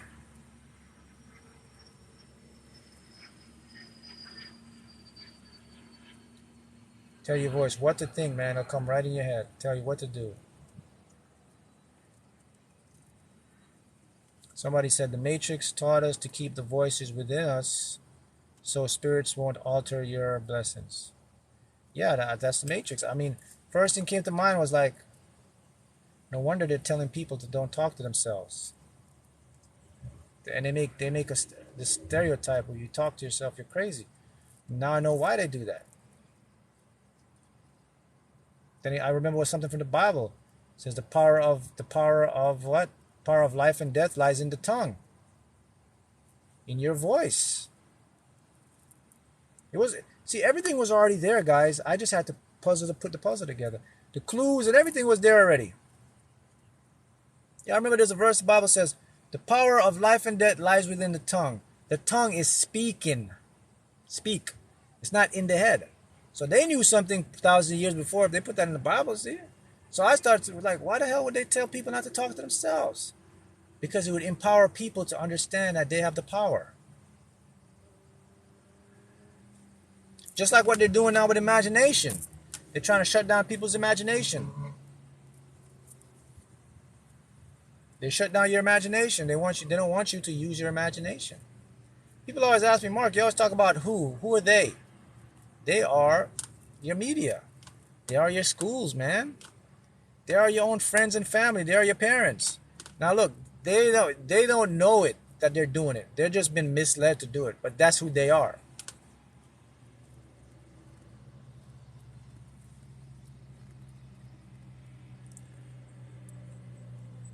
How to build the imagination. You don't have to build your imagination. You just have to practice your imagination. By practicing, by doing it over and over, is going to build it. Your imagination already inside of you. No one needs to create imagination. All you have to do is practice imagination.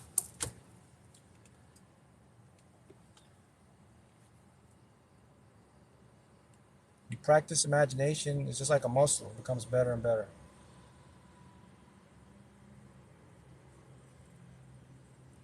So people have to talk to themselves more. You got to throw your pride down. It's an ego thing, man. Pride is your biggest killer of manifesting. Pride is the biggest killer of your dreams and manifesting. You can't have pride. Pride don't exist. You got to be able to freely talk to yourself. If you want to see the results you're looking for. Someone says, yup, we were bamboozled. Yeah, we've been bamboozled. Played.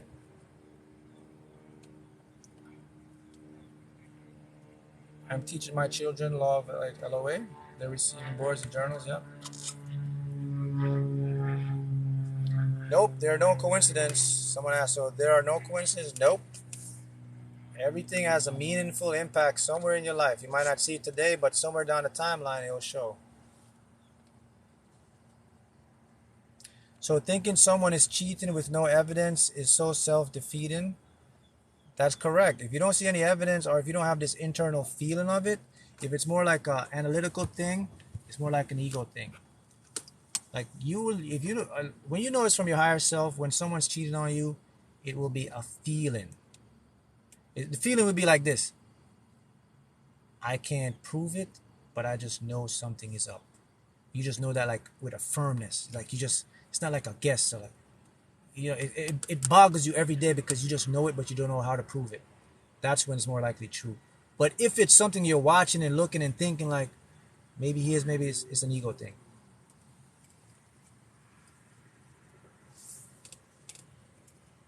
Don't you have to live with the frequency to bring to light? Don't you have to what? Don't you have to what? Align with the frequency? Yeah, to bring it to light. Yeah. You have to, that comes with your state of mind, what you've been thinking, your state of being, what your focus is. That's being aligned. I mean, we're all aligned with something. You're either aligned with negative or positive. We're constantly being aligned every day by what we feed our minds and what, you know.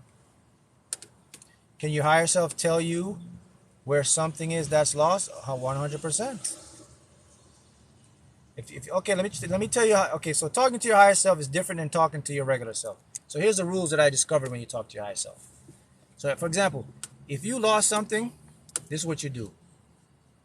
You go to your higher self and you say, hey, remember that thing? You know I don't know where it's at. So here's what I want you to do. Help me to find it and let me know. You do it one time. You don't ask ever again. Once. And then as soon as you ask, you must forget about it. You'll find that thing in the next couple days.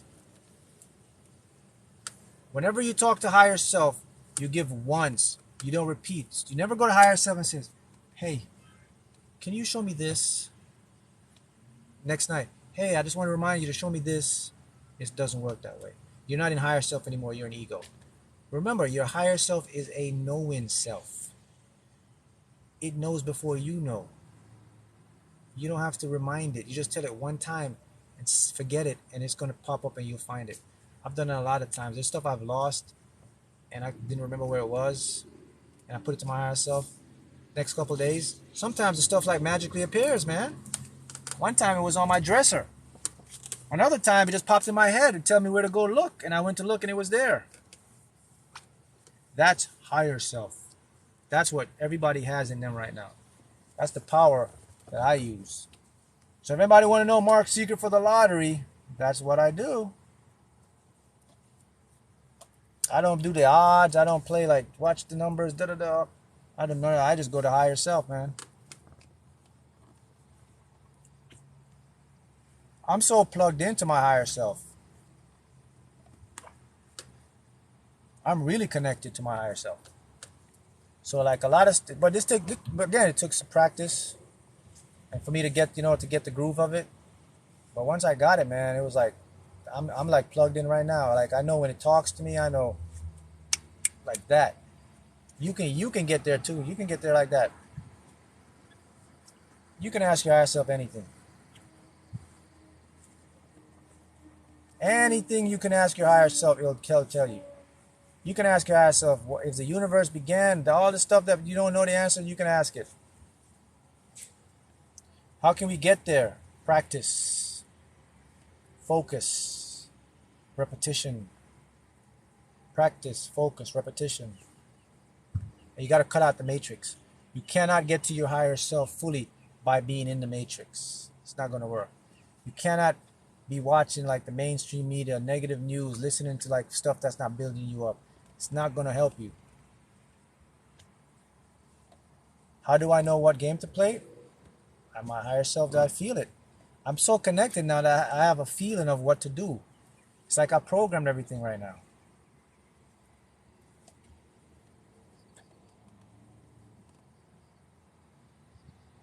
But anybody can get there like how I got there.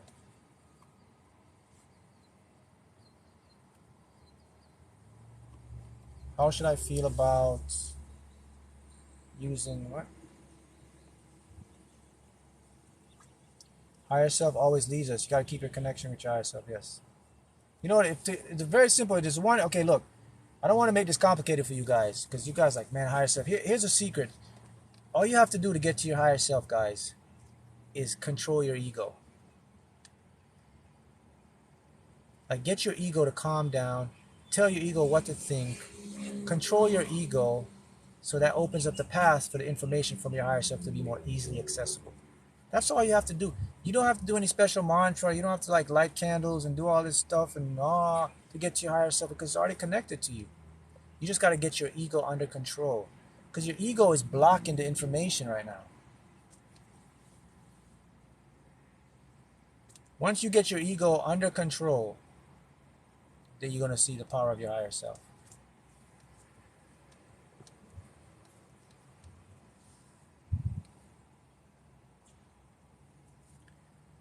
How is timelines going continuously past, present, and future? I'll use an example again to show you. Look, you're looking down, okay? This is your timeline. This is time. Past, over here. Present, over here. Future. What's the difference? There are coordinates. Coordinate here, coordinate, coordinate. So they're all in the same plane. They exist. So I'm looking down. I can see my past, present, and future all at the same time from looking down. That's timelines. You shift timelines through your consciousness, through the perception in your mind, to what you visualize, to what you see, to what you tell yourself. You can go from here to here to here to anywhere along this point. Not physically, mentally. That's time. That's how time works. What is the yardstick to know it's your ego? Your ego will always be followed with an emotion that don't make you feel good. If you feel fear, doubt, worry, anxiousness, guilt, ego. Impatience, ego. That's it. The voice of the ego will be like a dominant, like a, you'll know the voice.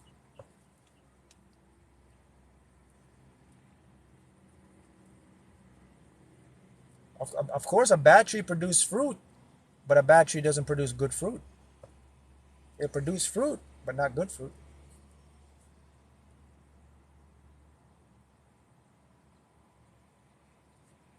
A bad tree cannot produce good fruit.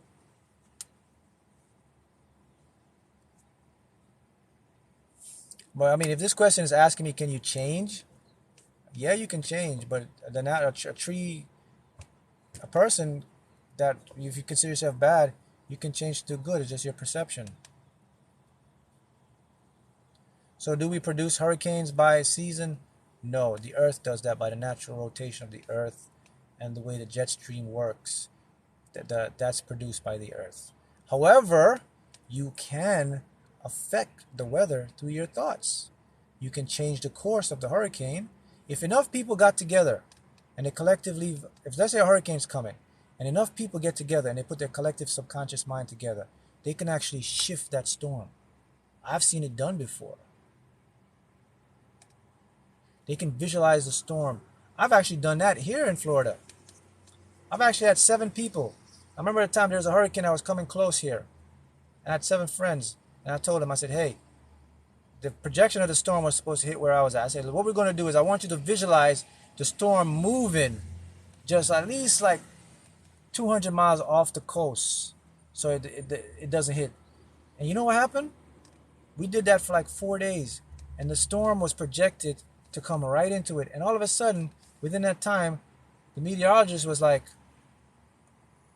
we don't know what happened. The jet stream changed. Now the storm is 300 miles exactly off the course of Florida. I've done that before. Changed the weather with my mind, with other people.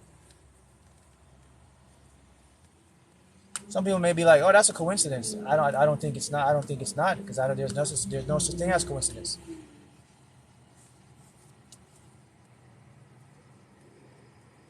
I forgot the name of the storm, but it was a storm that it was supposed to hit, like the most damaging part was supposed to hit South Florida. But when the storm came, it stalled like 300 miles off the coast. And that the computers didn't project it to do that. It just stalled. What happened was there's a jet stream that just came all of a sudden from Canada, and it came in and it created a stall. So the high pressure pushed the storm out more. That's exactly what I visualized. And it happened. Well, I mean, why couldn't it happen? The world is all made up of information, guys. It's all it's our perceptions. Everything we connect with, we talk through energy. We push out electromagnetic energy. We affect the field. Everything is connected. The most powerful part of you is your consciousness. You can affect weather systems. You can affect all that stuff. If enough people come together, they can do this. Look, there was a study done 15 years ago in Chicago, man. Chicago had the highest crime rate. And they brought 1,000 people to meditate. And the crime went down 36%. Within the 10 days, those people were meditating. You read that study? I think it was like 100,000, more than that. But all these people meditating. They did it for like 10 days, man. And the crime rate went down almost by half.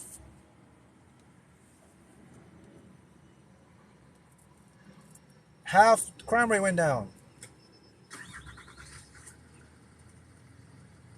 Chicago.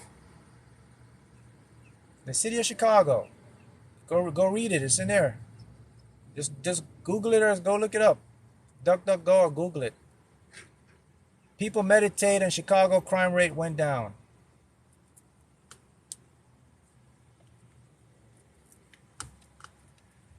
How to get under control my pain body when I find my higher self. Tell your higher self what's hurting you and what you want to stop. Ask your higher self, what would it feel like to feel happy, healthy?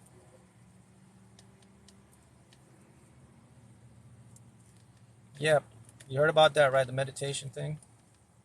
It was in Chicago. I believe I made a tornado jump at 4-H camp. Yeah, of course you did. Because your mind can control it. But if enough people See, that's why I create this group and I'm building this tribe, man, because I have enough people, like on my Facebook group, my YouTube channel, I have enough people now that are believing how the mind works. Now imagine having all those people put their minds together and I say, guys, everybody focus on this. You focus on that. Imagine the enormous power now we can help each other to create. When you have a group of people that are like-minded and they have that mind power and they put their minds together to manifest something, it's going to happen. It's going to happen 100%, man.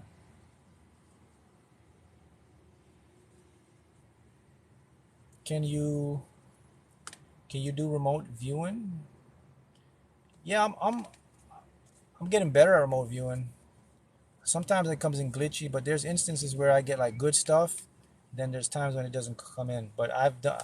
It takes practice. I mean, for me, remote viewing takes a lot of time to learn. It's really, yeah, it's really a lot of practice because you got to focus and you got to really like get your mind clear. Because sometimes your ego will come in there. So for anyone who can do remote viewing naturally, it's a great gift to have. I mean, keep in mind, guys, all these gifts that everybody have, you can develop them as well. You can learn them. Some people just have them naturally. So there's some people here that could just see stuff without even thinking about it every night. They don't even want to do it, but it just comes to them. I'm practicing remote viewing right now. Good. Can you explain what remote viewing is? Yeah, remote viewing. Okay, look at a camera. It's like watching your Let's say, okay, remote viewing is this. Everybody has this now. You have your cell phone, right? And you can put your camera in your home, and then you can go on your cell phone, and you can watch in real time what your home is doing. That's remote viewing, but you're doing it with your mind. You can just like you watch your camera. You could stay here and look at your home in real time. That's remote viewing. And not only you can do it in your home, but you can sit here, and if someone give you a coordinate, if someone says, "Hey, here's an address, here's the city, da da da," and you know where it's at, you can go look at that city in real time. Someone says, "All right, I want you to tell me what's happening. Here's the address of this house. It's in Switzerland. It's in this, da da da." And then you could go to the maps, and you could look at a picture of the house and see what it looks like, so you could get it in your brain. And then, okay, I got the map, I got the house. Let it go. Then you can actually tap in and you can remote view that house, that neighborhood in real time. You can, in your mind, you can see like what's happening in real time. Same thing with someone's house. Hey, I want to remote view this house. All right, just take a picture of the house, inside of the house. Let me see the inside of the house so I can have the image in my mind, the blueprint. They send it, you see the image? Okay, I got it. Then you practice your remote viewing, and you can see in real time what's happening in the house. You can see people walking in, all that stuff. You can tell the person, hey, did such and such did that, such and such do that. Remote viewing, to start, you have to have the coordinates. My 8-year-old son does that with his dad when he is with me. I'm talking about. Some people are born with the natural gift to remote view. That's an invasion of privacy. I agree, but hey, people can do it. I just show people what to do, and they have to use their own mind and be cautious and be, I guess, people respect people's privacy. But I mean, yeah, technically it is against your privacy, but they do it. If someone wants to remote view and they can do it, there's nothing you can do to stop it. So, sorry.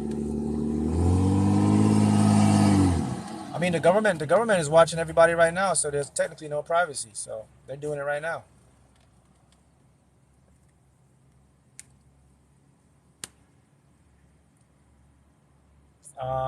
What does the number synchronicity mean over and over again? Frequency just means more alignment is getting closer.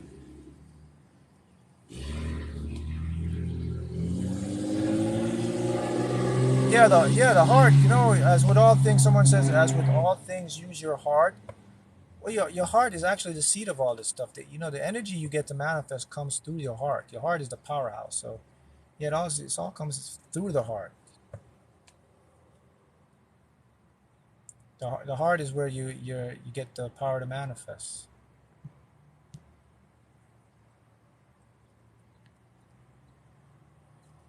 Remote view, are we talking visualization? All right, so the way remote view works, it's kind of trippy to explain, but I'll do it the best way I can. All right, when you visualize something, you're kind of in control of the visual, right? Because you can see remote viewing doesn't work like that. It's like you have the coordinate or you have the picture. Once you get it in there, then the consciousness takes over. So things will just pop in your head like you're visualizing, but you're not in control of it. It's like you're watching from a third person. That's the best way I could explain it to you. What's the name of the Facebook group? I think it's Manifesting It with Quantum Physics, with Lottery, Law of Attraction. You just go to my YouTube handle, and you can just search in my description, and you'll find the links.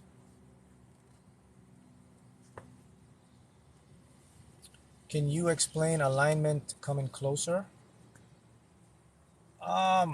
Well, alignment would be closer. Like if you see more synchronicities within a short span of time, more frequently, that's a sign something is getting ready to manifest.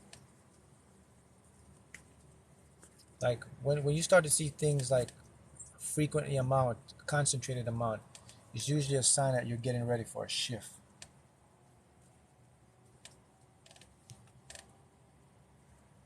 That's it. So I know that's the thing, guys. I just want to open you guys' minds, just to see like the possibilities and how stuff really work. Because we do live in a world that's more fantastic than you can ever imagine. Right now it's unimaginable because there's so much stuff going on. Are drugs and alcohol low energy? One must stop them altogether. I would say, definitely yes. These things have an effect on the cells. Your cells, mitochondria lives in your cells, right? So mitochondria is the powerhouse of your cells, okay? So when we start with certain drugs or alcohol, what it does, it creates inflammation in the cells. So it breaks down the ability for your mitochondria to give you energy. If you don't have energy, your cells will die. Right? So that's going to create a lot of bad stuff. So, with alcohol, the less frequent is better. But yeah, and anything that creates inflammation in your body is not going to be good to your cells. That's the key point you got to look for. What creates inflammation in my body? Inflammation usually means cell destruction. Okay? So stuff like certain drugs, certain alcohol, they all have an effect. Even caffeine, man. I would advise anybody to cut caffeine out. Caffeine can mess you up. You manifest from your gut.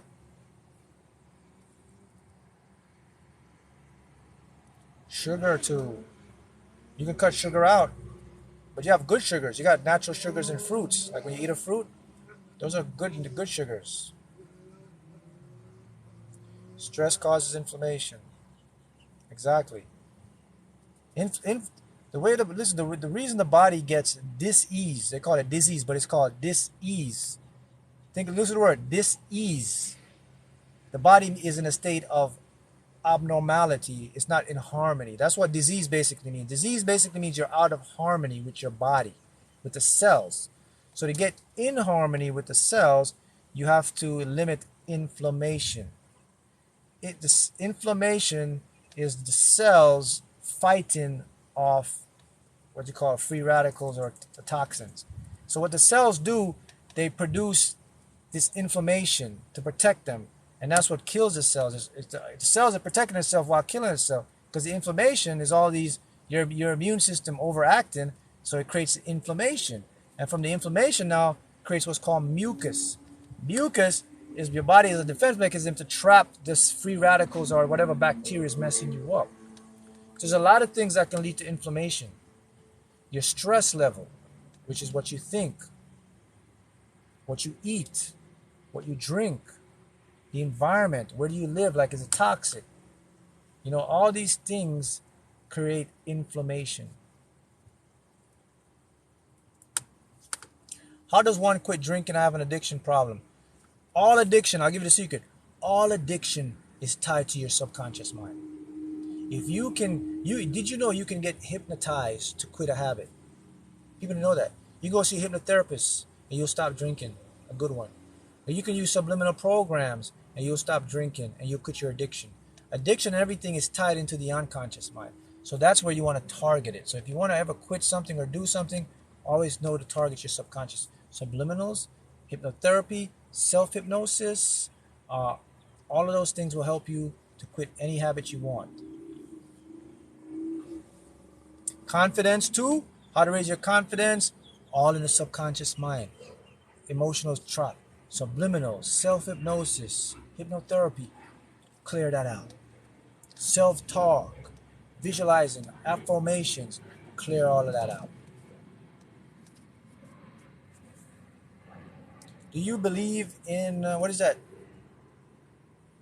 Geometria? Can you explain? I've never heard of geometria. It sounds familiar. Can you tell me what that is?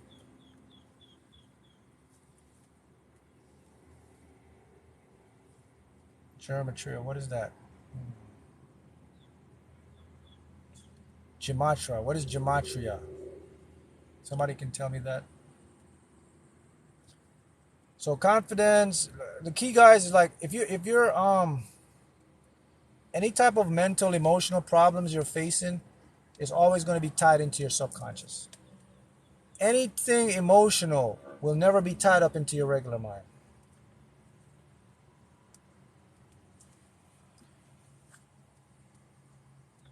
Do you speak to your angels? Yeah, what I believe is through my higher self, they communicate that way. Oh, numerology. Oh yes, yes, definitely. Numerology is very powerful. It's I believe in it. I mean, it's one of the languages of the universe. You can see it through synchronicities. Numbers carry different frequency and vibration. Highly energetic patterns in numbers. They definitely affect your feelings or emotions, so they affect what you think, how you feel, and how you act. Did you open your third eye? Yes, my third eye became open organically. Once I got my ego under control, my third eye became organically open. Same thing will happen for you.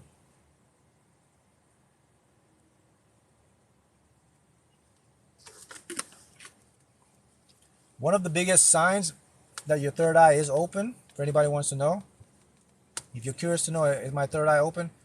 One of the biggest signs that you will know when your third eye is open is you will have such a different view of the diet in your body. You will start to focus more on what you put into your body. Because now what happens is, when your third eye is open, it's going to need a fully functioned harmony body to transfer information. So it's going to talk to you and tell you now how to fix yourself. It's going to make you change your diet. It's going to make you do all type of stuff. You're going to think about health more often. So if anyone wants to know what's the biggest sign, that's the biggest sign your third eye is open.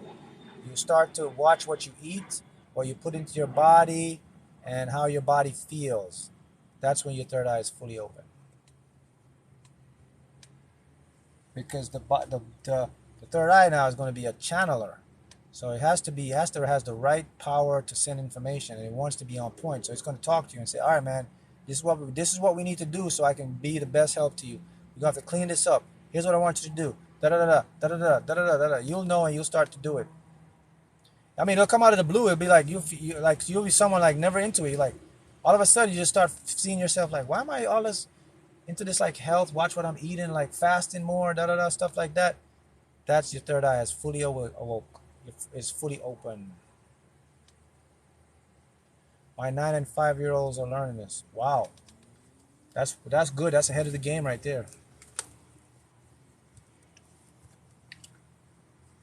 How do I open it? There's ways you can open your third eye. You can go right now. You can go to any YouTube channel, and you can search third eye activation frequencies, and they'll watch them and they'll open your third eye. You can do this right before you go to bed. Massage the eye, close your eyes, counterclockwise, like this, clockwise and counterclockwise. 5 minutes. Think about something good, and you do that. But I must caution.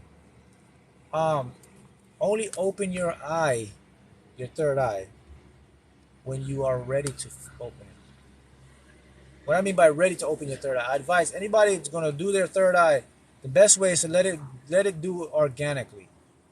But if you want to open it, the best way to do it, you have to get your ego under control. Because here's what's going to happen. When you open your third eye and your ego is not there, that's when people see like trippy stuff. People they see crazy ghosts and spirits and all that stuff. You're not actually seeing that. What you're actually seeing now is the ego overreacting. The conscious mind isn't used to that high energy of the frequency of all these different levels of awareness. It starts to short circuit, I call it. It starts to trip out. And then you start to see crazy, weird stuff that the ego is generating. So if you don't have your ego in check, don't open your third eye.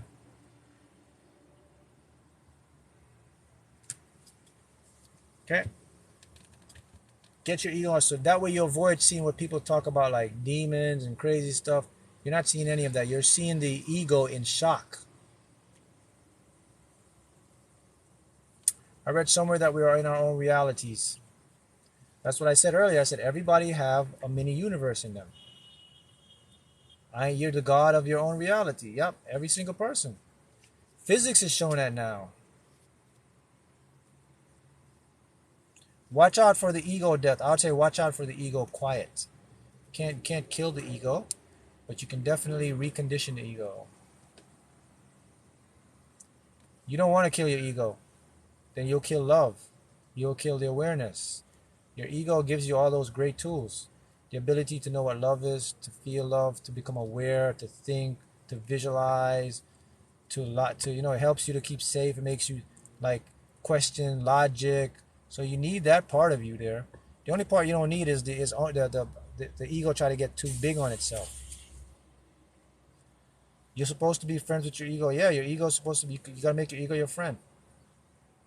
Most people try to make their ego the enemy. Don't make your ego the enemy, guys. Your ego is just someone that has been led astray. Just bring it back. Oh yeah, the psychological phenomenon of ego death. Yes, correct. Yep. The death of the ego is when you can recondition your ego to become an alignment state with you. Now your ego can work with you instead of against you a lot, I don't think a lot of people know that, right? That you can, how you program your subconscious? You can actually program your ego to get you to a good point where your ego can actually help you.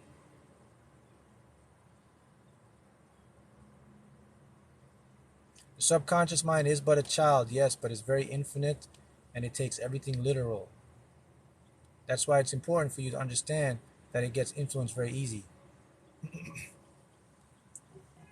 The subconscious mind has the ability that the other parts of the mind don't have. The conscious mind can see stuff, can interact, can perceive. The critical divide can transfer information between, to deduce, to decide, to help. But the subconscious has the ability to see infinite realities, to see infinite dimensions. The subconscious is the seat to your third eye, is the seat to your higher self, is the gateway to higher intelligence, to higher consciousness.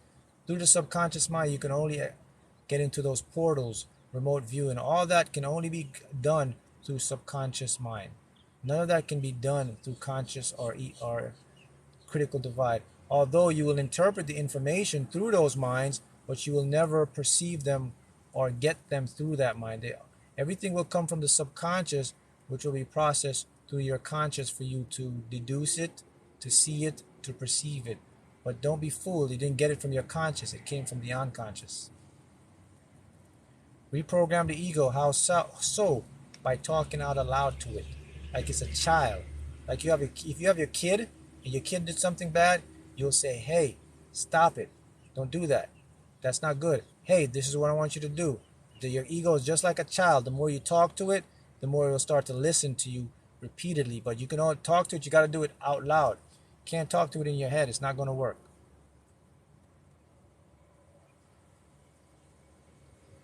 Is it safe? Is it safe? What is it safe to say?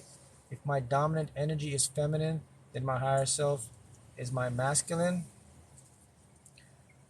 Yeah, I mean, all that is fine. I mean, again, it's relative to what you believe. Dominant or feminine or dominant energy.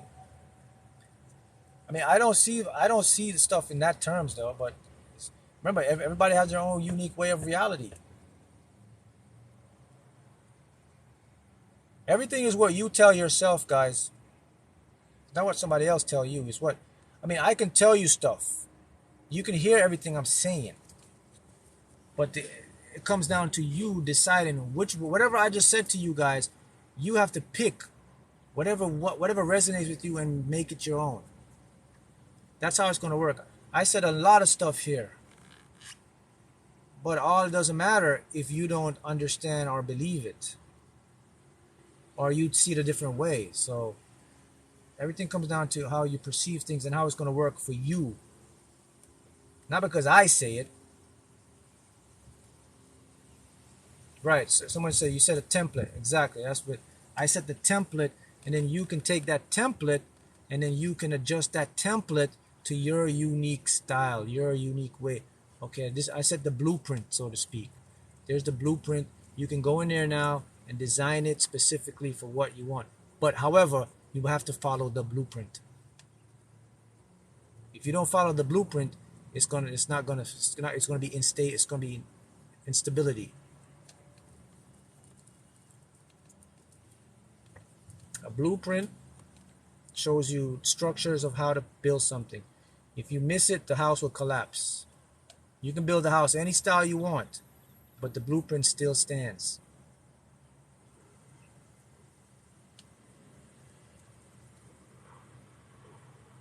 Right. There is one way to go into your own what? Into your own understand, you will fail. Yeah, the thing with me is, you know, like I don't always trust my intellect mind.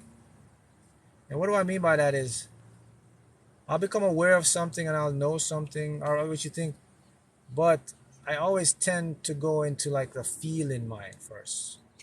I have to see like what it feels like, what am I feeling before I can deduce something. You know what I mean? So while I know something intellectually, I have to get confirmation feeling wise. When the feeling matches the intellect, then I'm on board.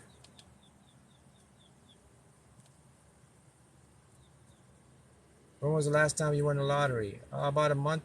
I think coming up on a month. That number I told you, 4500, 70,000.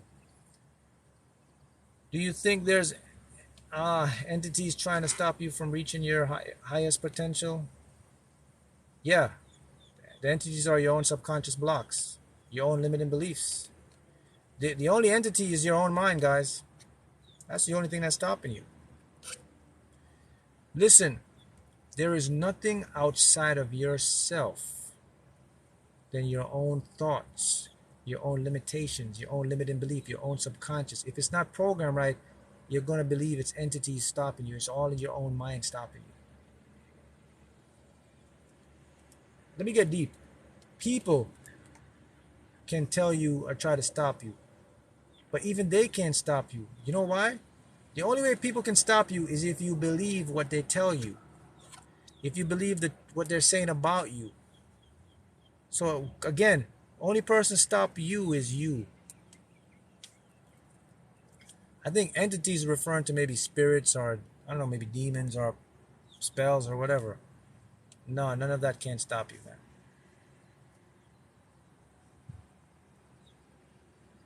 Just your own thoughts and limitations and your beliefs. They mask to you to create these things. They're all limiting beliefs. The demons you have in your head, they're all your limiting beliefs. They mask as your worst fears. They come into your dreams as nightmares. They come into your dreams as demons or whatever, but they are all your subconscious illustrations coming up. That's the best way your subconscious can talk to you. Your subconscious likes to talk to you in images, pictures, and symbolisms. So it will create like these things. You see demons or ghosts in your dreams and all that. It's just your subconscious trying to communicate to you. And it wants to find the best way to get your attention, which is that stuff. You see that stuff, you pay attention. What's the difference between universe test and things you attract? The universe don't test anybody. Again, you test yourself. The universe gives you two things.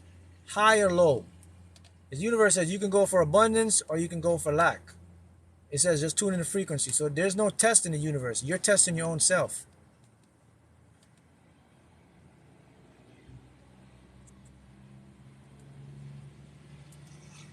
Yeah, you can learn to communicate with animals, trees, and everything because everything is connected. That's correct.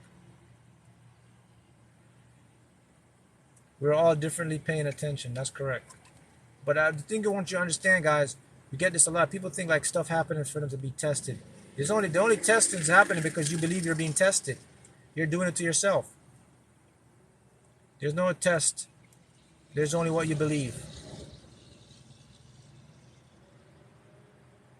What is patience? Patience is knowing everything will work out in perfect harmony. That's what patience is.